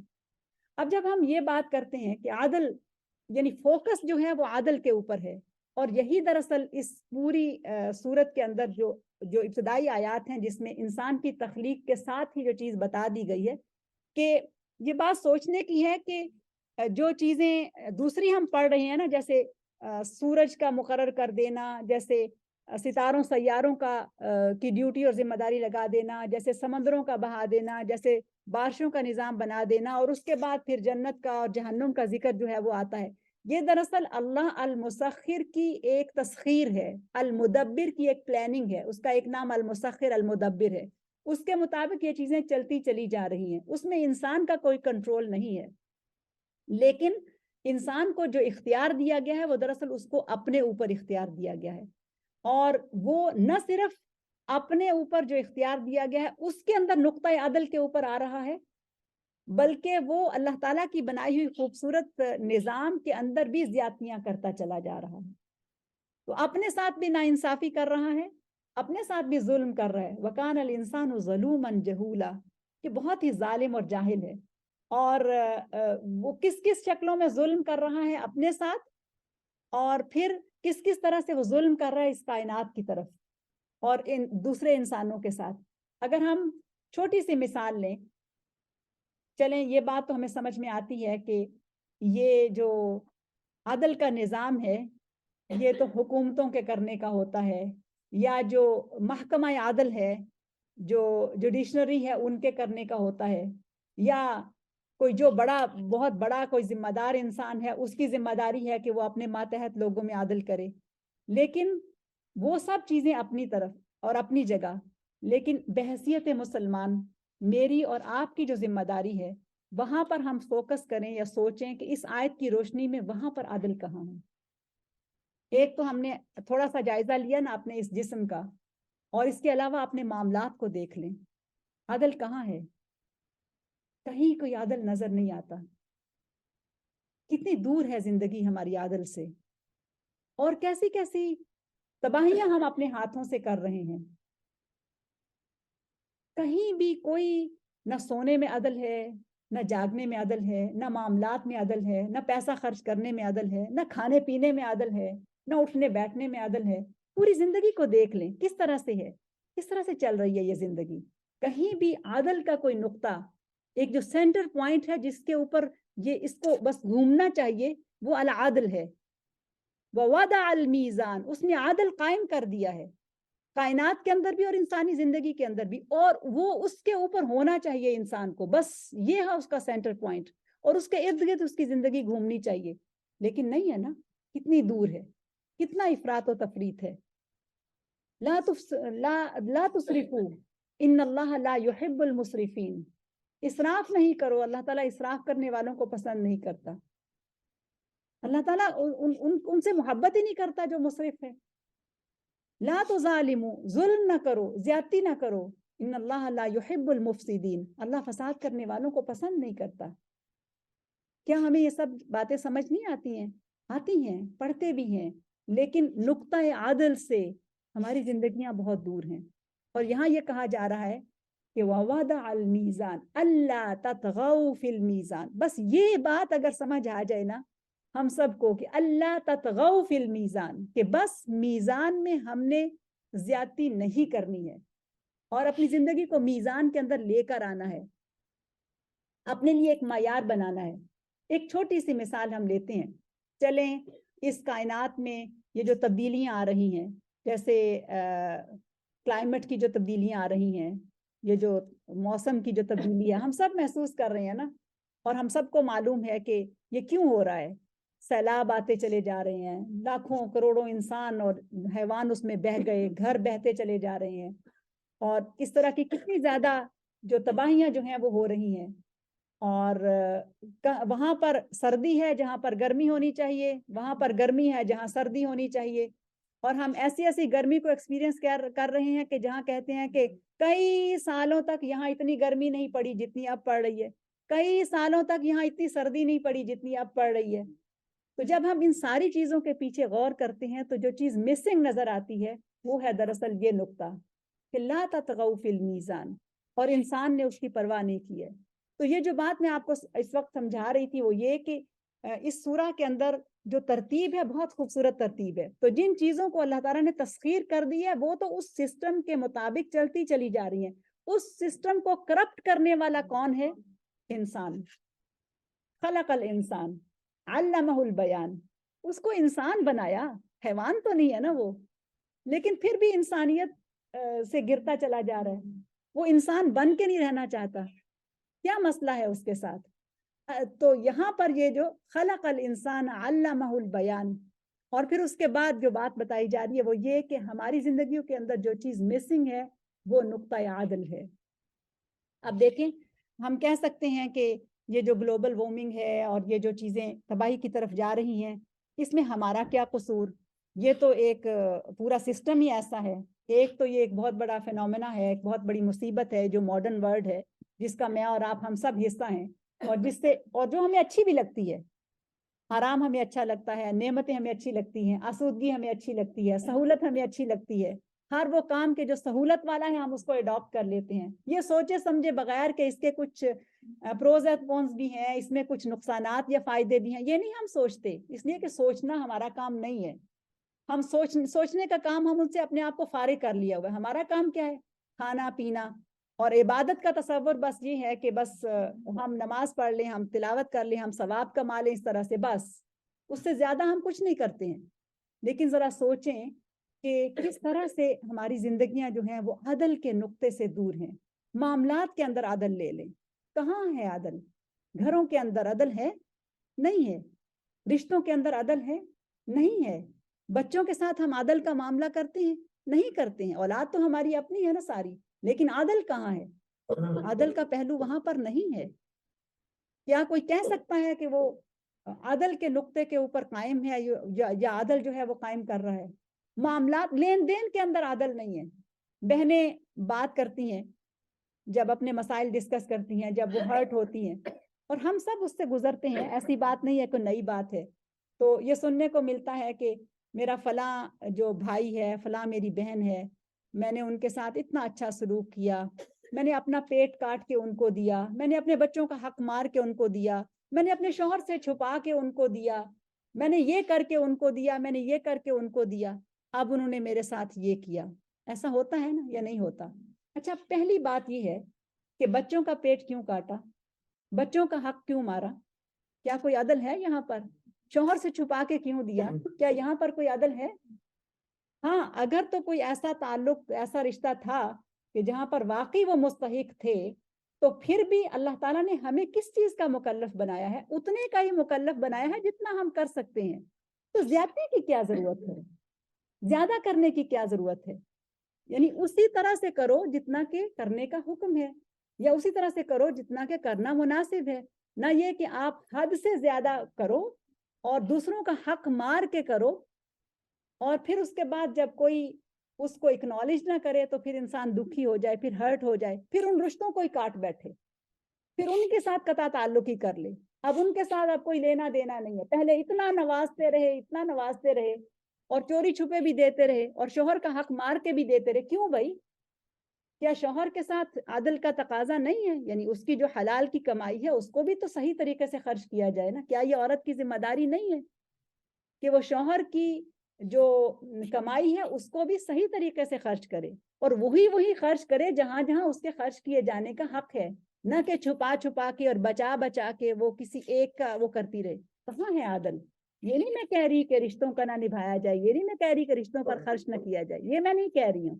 میرا خیال ہے آپ میری بات سمجھ گئی ہوں گی کہ ان معاملات کے اندر بھی عدل کہاں ہے. اور جب عدل نہیں ہوتا تو پھر معاملات خراب ہوتے ہیں اور پھر ہم ہرٹ ہوتے ہیں. ایسا ہوتا ہے یا نہیں ہوتا؟ سوچیں ذرا. یعنی وہ معاملات کہ چلو بحیثیت بیوی کے اگر میں اپنی ذمہ داریوں کو دیکھوں تو میری جو ذمہ داریاں ٹورڈز میرے ہسبینڈ ہیں, یا ٹورڈز میرے بچے ہیں, یا ایکسٹینڈڈ فیملی ہے, میرے والدین ہیں یا اور رشتہ دار ہیں, تو جہاں جہاں جو رشتہ ہے اس کے اندر کہاں ہے عادل؟ سوچیں ذرا. اور پھر رب ذوالجلال والاکرام کس طرح سے ہمیں اپنے ساتھ کنیکٹ کر رہا ہے, اور وہ ہمیں یہ کہہ رہا ہے, حکم دے رہا ہے, اللہ تطغوا ان لا تطغوا فی المیزان. یہ حکم ہے, لا تطغوا فی المیزان. تمہیں کرنا کیا ہے؟ بس عدل کے نقطے سے تم نے ہٹنا نہیں ہے, عدل کرنا ہے, عدل کرنا ہے. یہ چھوٹی سی مثال میں نے آپ کو دی ہے صرف سوچنے کے لیے. آپ سوچئے گا, اس کے اندر تو اور بہت ساری چیزیں ہیں, ہمارے پاس اب وقت کم ہے, لیکن اس پہلو سے سوچئے گا کہ یہ جو ہمارے معاملات ہیں, خواتین کے جو معاملات ہیں, ان میں عدل کہاں ہے, انصاف کہاں ہے, کس کا ہم ساتھ دیتے ہیں؟ کیا اگر شوہر زیادتی کر رہا ہے تو ہم اس کا ساتھ دیتے ہیں اس لیے کہ وہ شوہر ہے, یا بیٹا زیادتی کرتا ہے تو ہم اس کا ساتھ دیتے ہیں اس لیے کہ وہ بیٹا ہے, یا بیٹی زیادتی کرتی ہے تو ہم اس کا ساتھ دیتے ہیں کہ اس لیے کہ وہ بیٹی ہے؟ تو پھر عدل کہاں گیا؟ مظلوم کا ساتھ ہم کیوں نہیں دے سکتے؟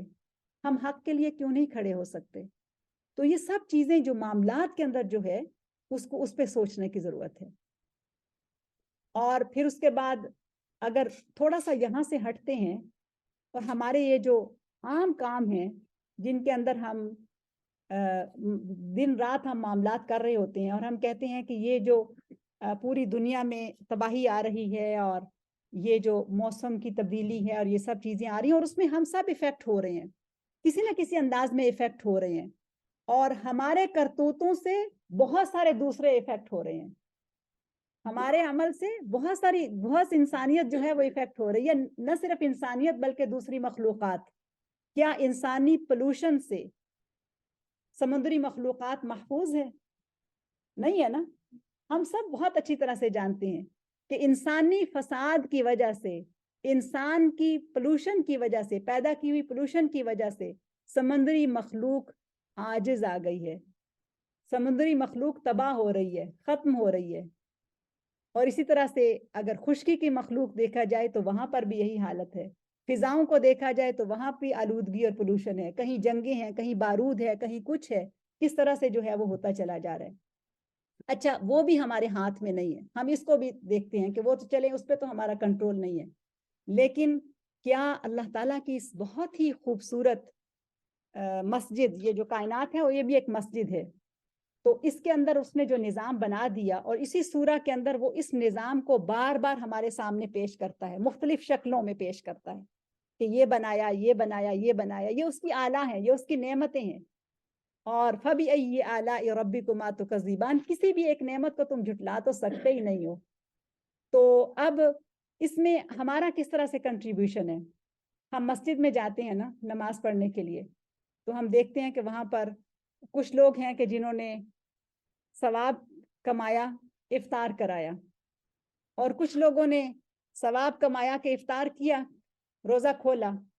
اب وہاں پر جو ڈسپوزیبل برتن ہیں، ہر روز بلا مبالغہ کتنے بیگز ہیں جو بھر بھر کے باہر پھینکے جا رہے ہیں. سوچیں ذرا کس طرح سے، یعنی وہ جو مسجد کے ورکرز ہیں وہ روزانہ کتنے کتنے بن جو ہیں وہ بھر رہے ہیں. کیا وہاں پر کوئی عدل ہے؟ اب افطار کرانا ثواب کا کام ہے، افطار کرنا بھی ثواب کا کام ہے، افطار کرانے والے نے ثواب کما لیا. یعنی ثواب کا تصور ہمارے، اور جو تباہی ہم نے اس کائنات کی طرف کی، اللہ تعالیٰ کے بنائے ہوئے اس نظام کے ساتھ کی، اس میں میرا اور آپ کا کنٹریبیوشن کیا ہے؟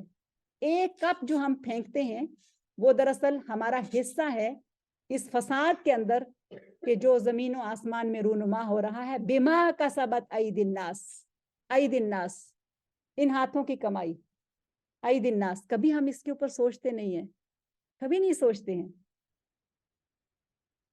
گاربیج میں گندگی ڈالتے ہوئے کبھی ہم نہیں سوچتے کہ یہ میرا ایکشن ہے جس کی بدبو کسی دوسرے کو تنگ کر سکتی ہے. سوچیں ذرا اس پہ. انسان کے ایکشن ہیں جن کی بدبو دوسروں کو تنگ کرتی ہے، اور وہ گاربیج اٹھانے والا چاہے مسلمان ہو یا کافر ہو، انسان تو ہے نا، انسان تو ہے نا. تو کیوں نہ اپنی گندگی کو یوں لپیٹ کے ڈالا جائے کہ اس کی بدبو کسی دوسرے کو تنگ نہ کرے، کسی اٹھانے والے کو گھن نہ آئے اس سے، اس کو تنگی نہ ہو کہ یہ کیا، کس کا گند وہ اٹھا رہا ہے. وہ اپنی ذمہ داری ادا کر رہا ہے لیکن کسی کا گند تو اٹھا رہا ہے نا. پیاری بہنوں، اسی طرح سے ہر عمل کا ایک گند ہوتا ہے، اس کی بھی ایک بو ہوتی ہے، اور ہمیں اس کی طرف سوچنا چاہیے، سوچنا چاہیے.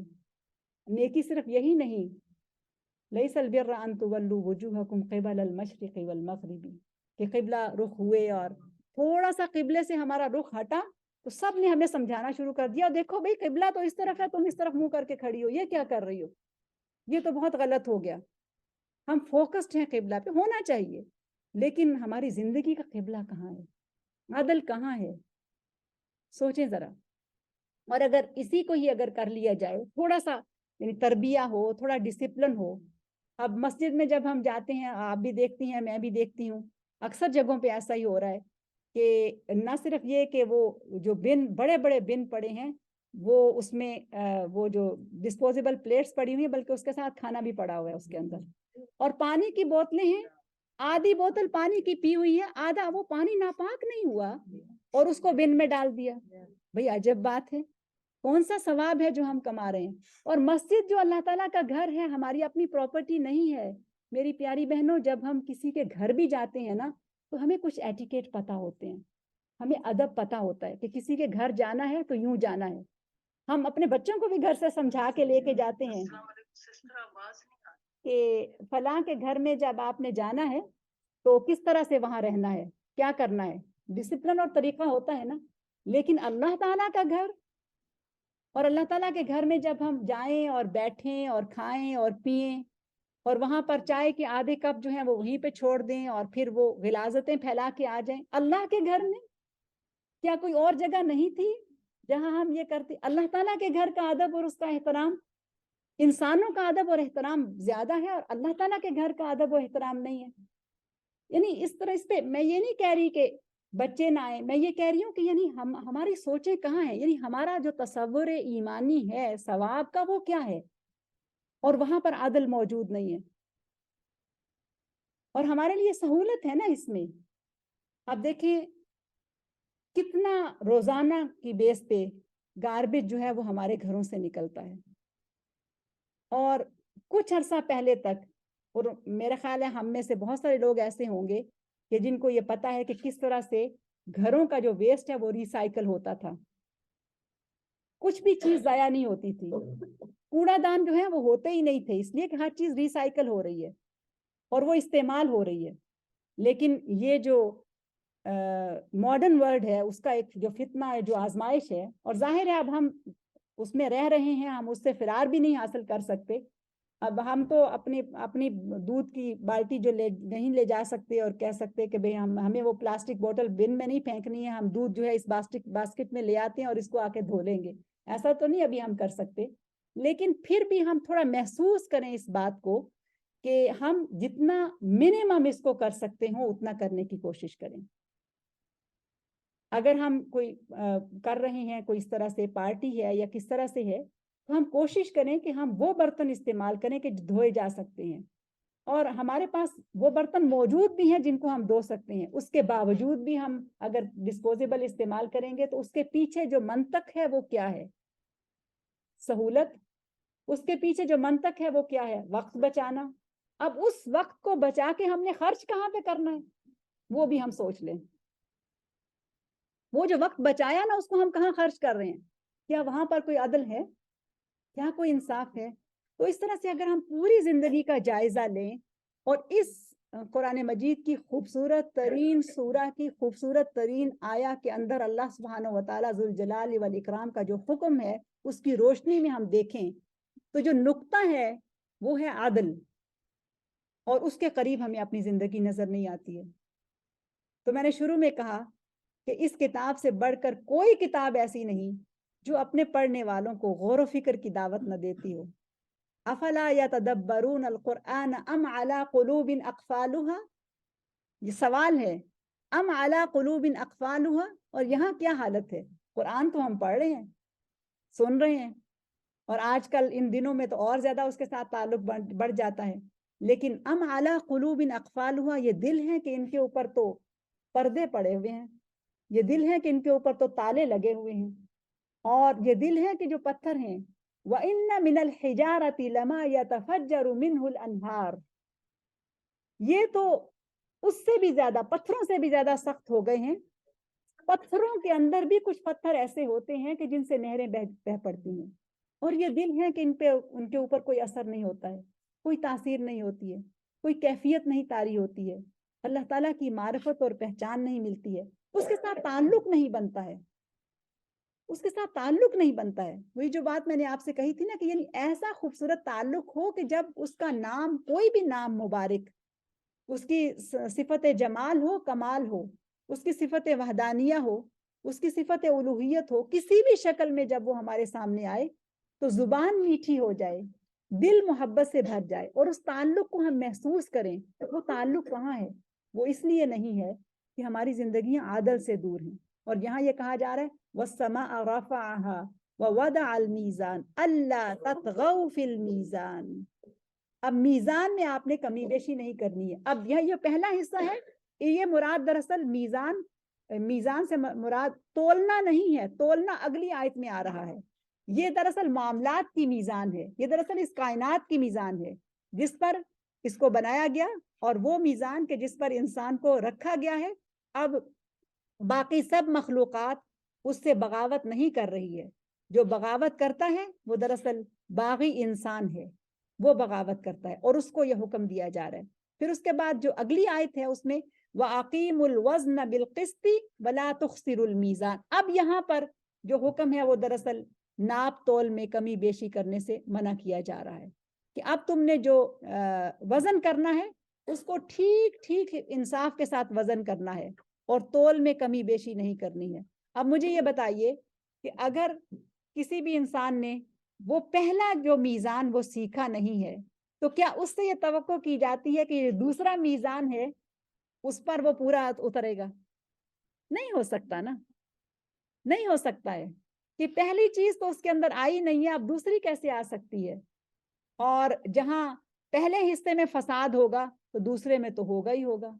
اب دیکھ لیجئے کہ کس طرح سے جو میزان جو ہے یا وزن جو ہے وہ کیے جاتے ہیں, اور کس طریقے سے اس میں ڈنڈی ماری جاتی ہے, اور کس طریقے سے یعنی کس طرح سے چیزوں کا وزن جو ہے وہ صحیح نہیں ہوتا ہے. اور اس وزن کی میں جو کمی ہے اسی کی وجہ سے ہر چیز میں بے انتہا بے برکتی ہے.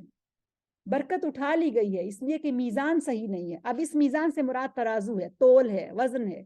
کہیں بھی میزان صحیح نہیں ہے. یہ جو ڈیجیٹل میزان ہے یہ ایکوریٹ نہیں ہے, یہ صحیح نہیں ہے.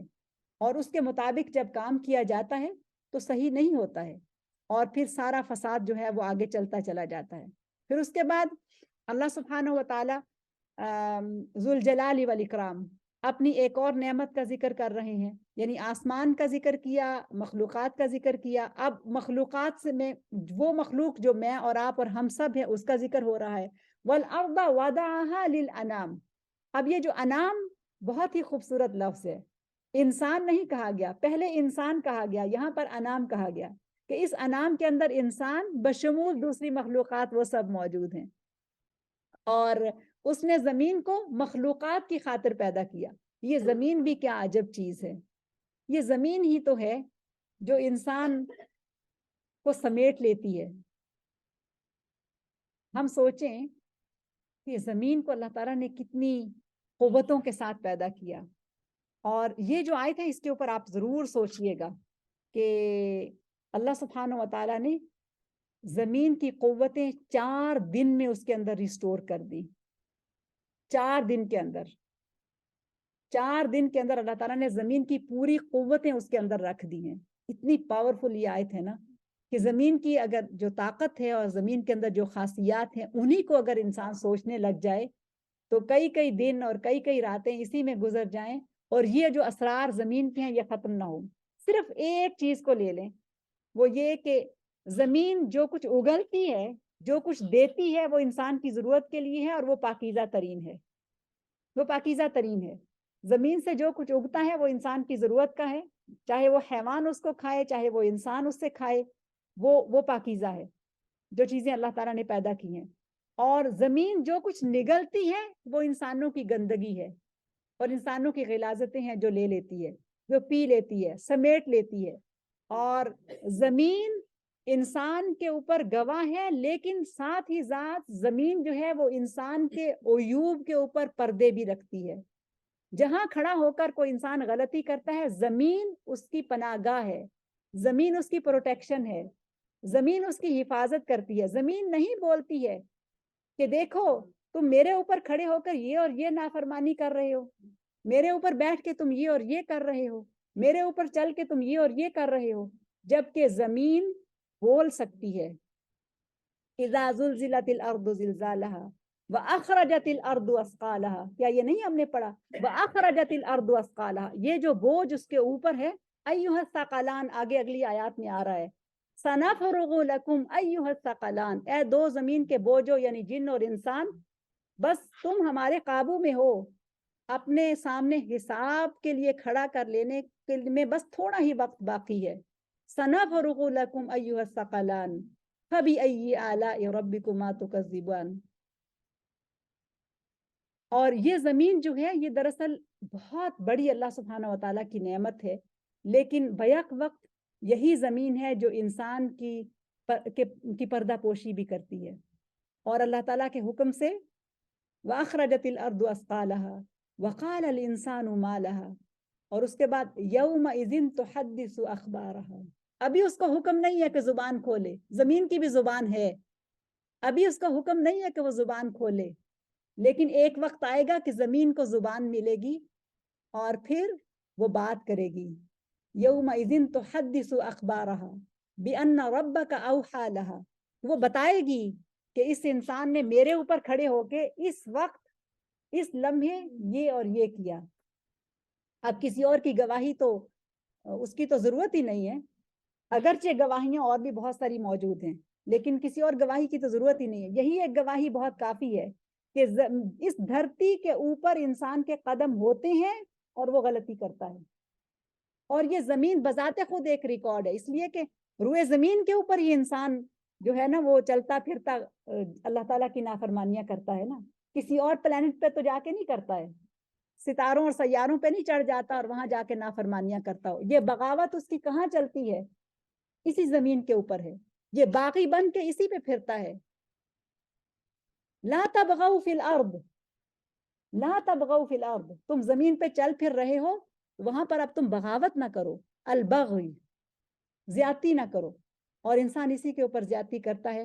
اور پھر ایک وقت آئے گا جب زمین کو زبان ملے گی اور پھر وہ بتائے گی کہ کس وقت کس نے کیا کیا تھا.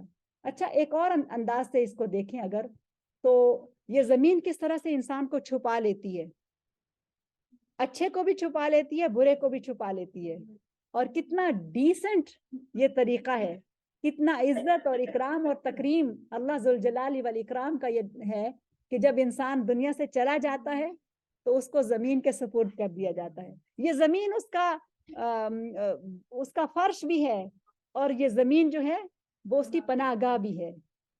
یہ فرش ہے جس پر انسان چلتا ہے، مہادہ ہے جس پر وہ چلتا ہے، لیکن یہی دراصل اس کی اماج گاہ بھی ہے، یہی دراصل اس کا ٹھکانہ بھی ہے، یہی اس کا پیٹ بھی ہے. 3 مواقع ایسے ہیں کہ جو انسان کے لیے وحشت لیے ہوئے ہوتے ہیں اور وہ شدید ترین ہوتے ہیں. ایک موقع ہے کہ جب انسان ماں کے تنگ و تاریک پیٹ سے نکل کر اس دنیا میں آتا ہے، اور وہ جگہ، وہ کوٹھڑی بہت تنگ تھی، اور وہ اس میں بہت خوش تھا، بہت خوش تھا، بہت مزے کی زندگی تھی اس کی ضرورتیں پوری ہو رہی تھیں، اور وہ اس تنگ و تاریک کوٹھڑی میں پڑا ہوا بہت خوش اور مطمئن تھا. اور وہاں سے نکال کر اس زمین پر لایا گیا، یہاں پر لایا گیا، یہ وسیع و عریض دنیا، اور یہ دن اس کے لیے وحشت کا دن ہے. اور پھر اس کے بعد اگلا وحشت کا دن اس کا وہ ہوگا کہ جب اتنی بڑی دنیا سے نکال کر اس کو زمین کے پیٹ میں، تنگ و تاریک پیٹ میں پھر پہنچا دیا جائے گا. یہ دن پھر وحشت کا دن ہے، یہ سختی کا دن ہے. اور سبحان اللہ، اسی کے لیے یہ کہا بھی گیا، یہ جو ہے کہ پہلا پیدائش اور پھر دوسرا جو ہے وہ زمین کے اندر اس کا چلے جانا. حالانکہ اب جس دنیا کو وہ چھوڑ کے جا رہا ہے وہ دنیا اس کی اپنی دنیا ہے، اس دنیا میں اس کے اپنے پیارے ہیں، اس کا مال ہے، اس کا گھر ہے، اس کی دولت ہے، اس کا نام ہے، اس کا سٹیٹس ہے، سب کچھ ہے اس دنیا میں اس کا. لیکن اب کیا ہے، وہ وقت آ گیا کہ اب اس کو اس زمین کے پیٹ میں جانا ہے. تو پہلے پیٹ سے نکلا اور اس زمین کے اوپر آیا، اب پیٹ سے، اس زمین سے ایک دوسرے زمین کے پیٹ میں، اس زمین کے اوپر سے زمین کے پیٹ میں چلا گیا. اور تیسرا مشکل ترین مرحلہ جو ہے وہ ہے کہ جب اس کو پھر اس پیٹ سے، زمین کے پیٹ سے نکال کر اس دنیا سے بھی بڑی دنیا کے سامنے ایکسپوز کر دیا جائے گا، سامنے لے آیا جائے گا، یعنی حشر کا میدان. اور اسی لیے انبیاء کے لیے، یعنی ہم سورہ مریم میں بھی آپ لوگوں نے تلاوت میں بھی سنا ہوگا، سیدنا عیسیٰ علیہ الصلوۃ والسلام، سیدنا یحییٰ علیہ الصلوۃ والسلام، وسلام علی یوم اموت و یوم ابعث حیا، مجھ پر سلامتی ہے کہ جس دن میں پیدا ہوا، یوم ولدت و یوم اموت و یوم ابعث حیا، یہ 3 چیزیں. وسلام علی، وسلام علیہ، سورہ سیدنا یحییٰ کے لیے کہا وسلام علیہ، اور سیدنا عیسیٰ خود اپنے لیے کہہ رہے ہیں وسلام علیہ یوم اموت، یوم ولدت و یوم اموت و یوم ابعث حیا. تو 3 مقامات جو ہیں وہ ذکر کیے گئے. تو اب یہ جو زمین جس کا ذکر یہاں پر آ رہا ہے، والارض وضعها للانام، اس زمین کو تو اللہ سبحانہ و تعالیٰ نے انام کے لیے، مخلوقات کے لیے رکھا.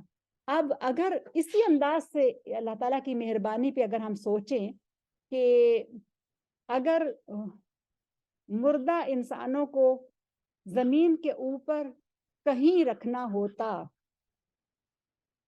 تو کیا ہوتا، کیا ہوتا، کیا اس کے لیے کیا انتظام کرنا پڑتا. اور باقی انتظامات کو چھوڑیں، صرف ان ڈیڈ باڈیز کی جو بدبو ہے جب وہ روٹن ہوتی ہیں، اس سے دوسری انسانیت کو بچانے کے لیے کیا کچھ انتظام نہ کرنے پڑتے. صرف اس ایک نقطے پہ سوچ لیں. اب یہ زمین، یہ سعید یعنی خوش بخت کو بھی اپنے پیٹ میں لے لیتی ہے، اور بدبخت کو بھی اپنے پیٹ میں لے لیتی ہے، اور پردہ رکھتی ہے، چھپا لیتی ہے. خوش بخت بھی اس کے اندر چلا جاتا ہے اور بدبخت بھی اس کے اندر چلا جاتا ہے. اور خوش بخت کی خوش بختی جب ہوتی ہے تو یہ ایکسپینڈ ہو جاتی ہے، کھل جاتی ہے، اس کے لیے جنت بن جاتی ہے. رسول اللہ صلی اللہ علیہ وسلم نے فرمایا کون کہتا ہے کہ یہ جو قبر ہے یہ اندھیری کوٹھڑی ہے. یہ اندھیری کوٹھڑی اس کے لیے ہے کہ جو اندھیرا ساتھ لے کر آیا ہے، لیکن اس کے لیے وسیع ہو جاتی ہے، حد نگاہ تک وسیع ہو جاتی ہے. جہاں تک اس کی نگاہ جاتی ہے، اور اس کے لیے تو یہ جنت کی کے باغوں میں سے ایک باغ بن جاتی ہے، یا جہنم کے گڑھوں میں سے ایک گڑھا ہے، لیکن جس صورت میں بھی ہے وہ پردہ رکھتی ہے انسان کا۔ وَالْأَرْضَ وَضَعَهَا لِلْأَنَامِ، یہ انام، یہ انسانوں کے لیے، یہ مخلوقات کے لیے اللہ سبحانہ و تعالیٰ نے اس کو پیدا کیا ہے۔ اور پھر اللہ سبحانہ و تعالیٰ یہ کہتے ہیں کہ اسی زمین پر تم اپنے ساتھ عادل قائم کرو، اپنے معاملات میں عادل قائم کرو، اس لیے کہ یہی زمین، یہی پلیٹ فارم تمہارے لیے ایک انتہائی قیمتی اور آخری موقع ہے۔ اب اس کے بعد کیا ہونا ہے، وہاں پر تو جا کے بس جو کیا ہے اسی کا ہی حساب کتاب ہونا ہے۔ اب وہ تو معاملہ تو ختم، ریکارڈ بک بند، بس اب اس کے بعد کوئی اور گنجائش باقی نہیں ہے، اور جس کو ہم سب جانتے ہیں۔ اب پھر یہاں پر اللہ ذوالجلال والاکرام کا اکرام اور انعام کس شکل میں یہاں پر ہے، وَالْأَرْضَ وَضَعَهَا لِلْأَنَامِ فِيهَا فَاكِحَةٌ وَالنَّخْلُ ذَاتُ الْأَكْمَامِ۔ اب الاکرام کا اکرام یہاں کس شکل میں آ رہا ہے کہ یہ کافی تھا کہ اس میں کہا جاتا کہ اس میں تمہارے لیے رزق ہے، تمہارے لیے نعمتیں ہیں، بلکہ ایک ایک نعمت کو گنوایا جا رہا ہے۔ کیوں؟ اس لیے کہ آگے چل کے یہ بھی تو کہنا ہے نا، فَبِأَيِّ آلَاءِ رَبِّكُمَا تُكَذِّبَانِ، سبحان اللہ۔ اور پھر جب ہم آگے چلتے ہیں اور اس تعارف کے بعد اللہ سبحانہ و تعالیٰ یہ کہتے ہیں، یہ کہنے کے بعد فَبِأَيِّ آلَاءِ رَبِّكُمَا تُكَذِّبَانِ، اب اس میں اگر اس آیت کے اندر یہ جو ہے، اس میں اگر اس کا تعلق انسان کے ساتھ ان نعمتوں سے متعلق ہے کہ جن کو وہ اکنالج کرتا ہے اور وہ کھاتا ہے، تو یہ دراصل حجت کے طور پر ہے۔ اور اگر اللہ سبحانہ و تعالیٰ اسی آیت کو وہاں پر لے کر آتے ہیں کہ جہاں اس کی سزا ہے، جو کہ اگلی آیات میں آ رہا ہے، یا جہنم کا ذکر ہے، تو وہاں دراصل اس میں بھی نعمت ہے کہ اگر اللہ سبحانہ و تعالیٰ ابھی نہ ہمیں بتائے تو پھر کب ہم سمجھیں گے۔ اس میں بھی اس کا انعام ہے، اس کی رحمت ہے۔ اس کی رحمت کی کتنی خوبصورت شکل ہے یہ کہ اس نے ہر دو طریقے سے انسان کے سامنے حجت تمام کر دی، بتا دیا کہ خیر کہاں ہے اور شر کہاں ہے، اور خیر کو حاصل کر لو اور شر سے بچ جاؤ۔ کتنا بڑا اس کا انعام ہے، ذوالجلال والاکرام۔ اور پھر انسان کی حقیقت کو پھر اور انداز میں سامنے کیا، خلق الانسان من صلصال کالفخار، کہ بجنے والی ٹھیکری یعنی پکی ہوئی مٹی سے انسان کو پیدا کیا، اور وخلق الجان من مارج من نار، اور جنوں کو آگ کے شعلے سے پیدا کیا۔ اور پھر ان دونوں مخلوقات، یہ جو انعام ہے، ان دونوں سے پوچھا جا رہا ہے فَبِأَيِّ آلَاءِ رَبِّكُمَا تُكَذِّبَانِ۔ اور پھر کہا کہ رب المشرقین و رب المغربین، دونوں مشرقوں اور دونوں مغربوں کا رب۔ اب مشرقوں اور مغرب سے کیا اس سے مقصد دراصل کیا ہے؟ علماء کہتے ہیں کہ اس سے مراد دراصل موسم ہے۔ یہ جو موسموں کی تبدیلی ہے، یہ جو آنا جانا ہے بہار کا اور خزاں کا اور سرما کا اور گرما کا، یہ جو سیزنز ہیں، یہ دراصل اللہ سبحانہ و تعالیٰ کی بہت بڑی نعمت ہے، بہت بڑی نعمت ہے۔ اور قدرتی بات ہے کہ انسان اگلے موسم کے لیے لک فارورڈ کرتا ہے، اگلے موسم کے لیے تیار ہوتا ہے۔ اس کو پتا ہے کہ یہ چیزیں اللہ سبحانہ و تعالیٰ کی سیٹ کی ہوئی ہیں اس کائنات کے اندر، اور یہ چیزیں آنے والی ہیں، اور اس کے لیے وہ تیار ہوتا ہے۔ اور اس کو بھی رب المشرقین و رب المغربین، اس کو بھی اتنی بڑی نعمت کہا، اور پھر ساتھ ہی یہ کہہ دیا فَبِأَيِّ آلَاءِ رَبِّكُمَا تُكَذِّبَانِ۔ کیا کوئی گنجائش باقی ہے کہ انسان اس کے اوپر نہ سوچے؟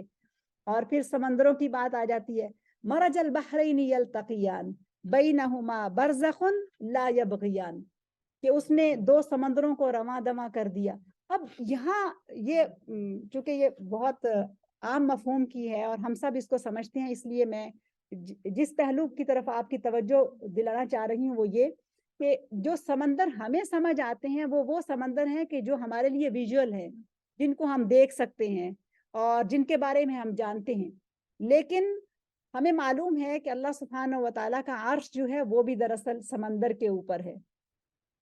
یہ ہمیں معلوم ہے نا کہ عرش بھی سمندر کے اوپر ہے، اور جتنے سمندر، جتنا پانی اس زمین کے اوپر موجود ہے، اتنا ہی پانی ہمارے سروں کے اوپر بھی موجود ہے، اور اتنا ہی پانی اللہ سبحانہ و تعالیٰ نے مختلف شکلوں میں اوپر ذخیرہ کر رکھا ہے۔ اور پھر اس میں جو پانی کی جو کیفیت زمین میں بنائی ہے کہ ملحن اجاج بھی ہے اور عذبن فرات بھی ہے، کہ میٹھا اور شیریں بھی ہے اور جو اجاج بھی ہے. اچھا، جو میٹھا اور شیریں ہے یہ اس انام کے لیے یعنی جن و انس کے اور مخلوقات کے استعمال میں آتا ہے، لیکن جو اجاج ہے اس کو وہ استعمال نہیں کر سکتے. اور اس اجاج یعنی اس کھاری پانی یا اس نمکین پانی کے اندر بھی انسان کی زندگی، مخلوقات کی زندگی موجود ہے جو اس کے ساتھ منسلک ہے. ایک چیز تو یہ.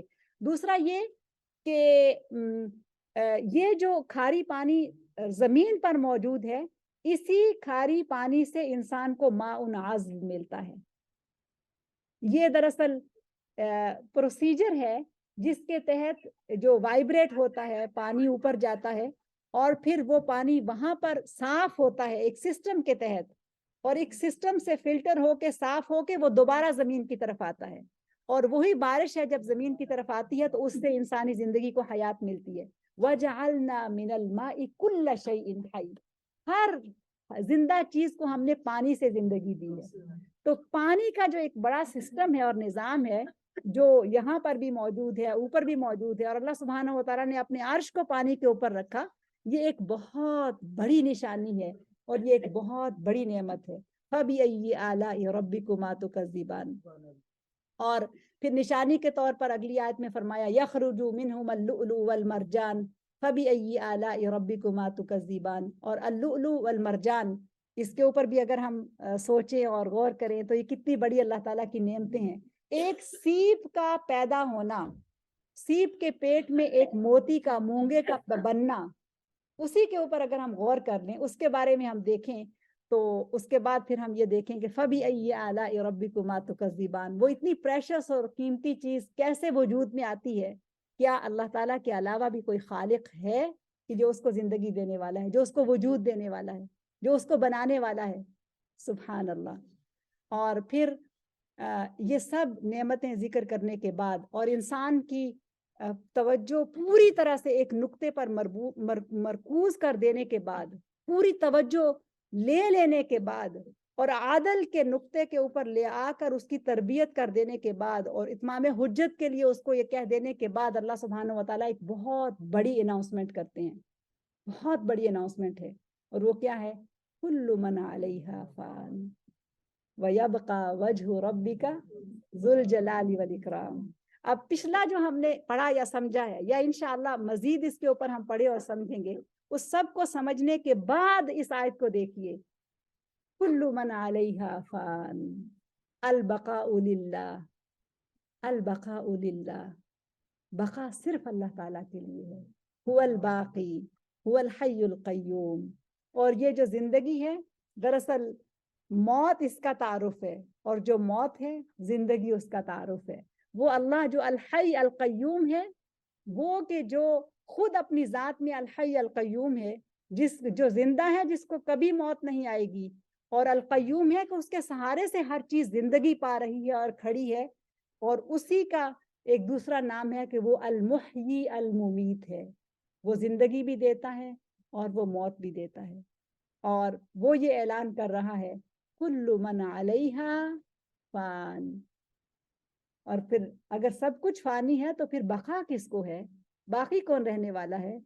وَيَبْقَى وَجْهُ رَبِّكَ وَجْهُ رَبِّكَ ذُو الْجَلَالِ وَالْإِكْرَامِ. ابھی ہم نے پچھلے سبق میں جو پڑھا تھا ذو الجلال والاکرام کا تعارف، اس کو اس آیت کی روشنی میں دیکھیے. کتنی خوبصورت تصویر بنتی ہے، کتنا پیارا تعارف ملتا ہے. کیا کوئی جگہ خالی رہ جاتی ہے کہ جہاں پر ہمیں ہمارا رب اپنے بھرپور تعارف کے ساتھ نظر نہ آ رہا ہو؟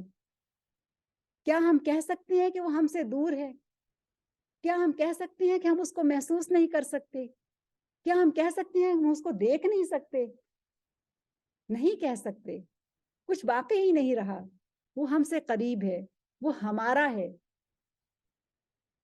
وہ ہمارے ساتھ ہے، وہ ہمارے ساتھ ہے. اور ہماری زندگی کا دار و مدار صرف اور صرف اس کی رحمت کے اوپر ہے. وہ ذو الجلال والاکرام ہے، وہ ذو الجلال والاکرام ہے. اور پھر اس کے بعد کہتے ہیں فَبِأَيِّ آلَاءِ رَبِّكُمَا تُكَذِّبَانِ، اے جن و انس تم اپنے رب کی کس کس نعمت کو جھٹلا سکتے ہو؟ کسی ایک نعمت کا ہی ذکر کر لو، سوچ لو، دے دو، پیش کر دو، کر سکتے ہو تو کر لو، کوئی ایک ہی.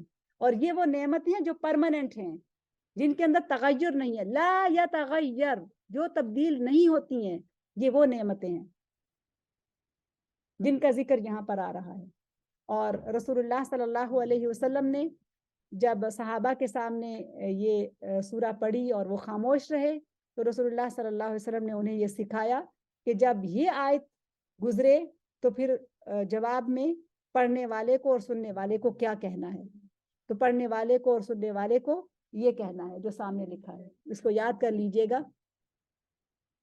ٹھیک ہے، کوئی چیز ہے ہی نہیں ہے، کچھ باقی نہیں ہے کہ جس پر انسان جو ہے وہ اس کو جھٹلائے. وَلَكَ الْحَمْدُ یا وَلَهُ الْحَمْدُ، تعریف اور حمد صرف اور صرف اس کے لیے ہے. تو انشاءاللہ مجھے امید ہے کہ اگلے سیشن تک یہ بھی یاد ہو جائے گا. اور جو اوپر لکھا ہے اللہم انی اسألک بأنک اللہ لا الہ الا انت، اب یہ جو دعا ہے یہ آغاز ہے. انشاءاللہ اس کو ہم یاد کر لیں گے، لیکن یہ دراصل طریقہ ہے اللہ تعالیٰ کے ناموں کے واسطے سے دعا مانگنے کا. اور وہ ہے کہ شروع میں یہ کہہ دیا جائے اللہم انی اسألک، اے اللہ میں تجھ سے مانگتی ہوں، تجھ سے سوال کرتی ہوں، بأنک اللہ لا الہ الا انت. تو یہ دراصل لا الہ الا انت سبحانک انی کنت من الظالمین، یہ تسبیح یونس کے ساتھ بھی ہے. یہ دراصل بہت بڑی تسبیح ہے، لا الہ الا انت. تو اسم العظم جو اسم الذات ہے وہ تو اس میں آ گیا نا اللہ، لیکن اس کے بعد اللہ کے بعد پھر جس نام کے ساتھ بھی ہم نے جڑنا ہو، جو نام اس وقت ہماری ضرورت ہو، اس کو آگے رکھ لیجئے. مثلا آپ یہ کہہ سکتی ہیں اللہم انی اسألک بأنک اللہ لا الہ الا انت الرزاق، اللہم انی اسألک بأنک اللہ لا الہ الا انت الحی القیوم ذو الجلال والاکرام، یا الفتاح، یا الودود، یا الغفور، العفو. جتنے بھی نام ہیں، جو نام اس وقت آپ کی ضرورت ہے، جس نام سے آپ اور میں اپنے آپ کو اللہ تعالیٰ کے قریب کرنا چاہتی ہیں، اس کے ساتھ کنیکشن بنانا چاہتی ہیں، وہ جو اس کو رکھ لیجئے وہاں پر. اور پھر اس کے بعد دعا مانگیے. یہ الفاظ ادا کرنے کے بعد اگر عربی میں نہیں آتا تو اپنے الفاظ میں دعا مانگیے، لیکن یہ جو ناموں کا کنیکشن ہے وہ درمیان میں ہونا چاہیے. اللہ تعالیٰ کے ناموں کے ساتھ اس کو پکارا جائے. وَلِلَّهِ الْأَسْمَاءُ الْحُسْنَى فَادْعُوهُ بِهَا، اللہ تعالیٰ کے اسماء الحسنہ ہیں، ان اسماء الحسنہ کے ساتھ تم اس کو پکارو. اور رسول اللہ صلی اللہ علیہ وسلم کی حدیث میں نے پچھلی دفعہ آپ کو سنائی تھی کہ رسول اللہ نے فرمایا کہ جو شخص اس طرح سے ان الفاظ سے دعا مانگ رہا ہے، اس نے ایسے اللہ تعالیٰ سے دعا مانگی ہے کہ جب اس انداز میں اس کو پکارا جائے تو اس کی دعا قبول ہوتی ہے، وہ رد نہیں ہوتا ہے، رد نہیں ہوتا ہے. اور اس بات کا یقین ہونا چاہیے کہ دعا کی توفیق مل گئی تو پھر رد نہیں ہے. قبولیت کی شکلیں ہوں گی، لیکن دعا کی توفیق مل جانا بھی ایک بہت بڑی نعمت ہے. اور جب دعا کی توفیق مل جاتی ہے تو رد نہیں ہے. کیوں ہم کہتے ہیں کہ بہت دعائیں مانگی ہیں جی قبول ہی نہیں ہوئی، بہت دعائیں مانگی ہیں جی ضائع ہو گئیں، بہت دعائیں مانگی ہیں جی پتہ نہیں کب اللہ تعالیٰ قبول کرے گا؟ نہیں، یہ ایسا نہیں ہے، ایسا نہیں ہوتا ہے پیاری بہنوں، ایسا نہیں ہوتا ہے. جب معرفت صحیح ہوگی، معرفت اپنی جگہ پر موجود ہوگی، تو پھر یہ شکوے اور یہ باتیں یہ زبان پر نہیں آتی ہیں، اور زبان چھوڑ دل میں بھی نہیں آتی ہیں. اور اگر آ بھی جائیں تو پھر واپس آئیے، پلٹیے اور اللہ تعالیٰ سے تعلق قائم کیجئے. اللہ سبحانہ و تعالیٰ میرا اور آپ کا، ہم سب کا حامی و ناصر ہو، اور ہم اللہ ذوالجلال والاکرام کے نام یعنی ذوالجلال والاکرام کے ساتھ چمٹ جائیں، اور اسی نام کے واسطے سے ہم اس سے اس کی رحمت، ہم اس سے اس کی مغفرت، ہم اس سے اس کا عفو، ہم اس سے اس کی محبت مانگتے ہیں. ایسی محبت کہ جو ہمارے اور اس کے درمیان ایک پل کا کام دے، ہمیں اس کے ساتھ جوڑ دے. اللہم انی اسألک حبک وحب من يحبك والعمل الذي يبلغنا إلى حبك.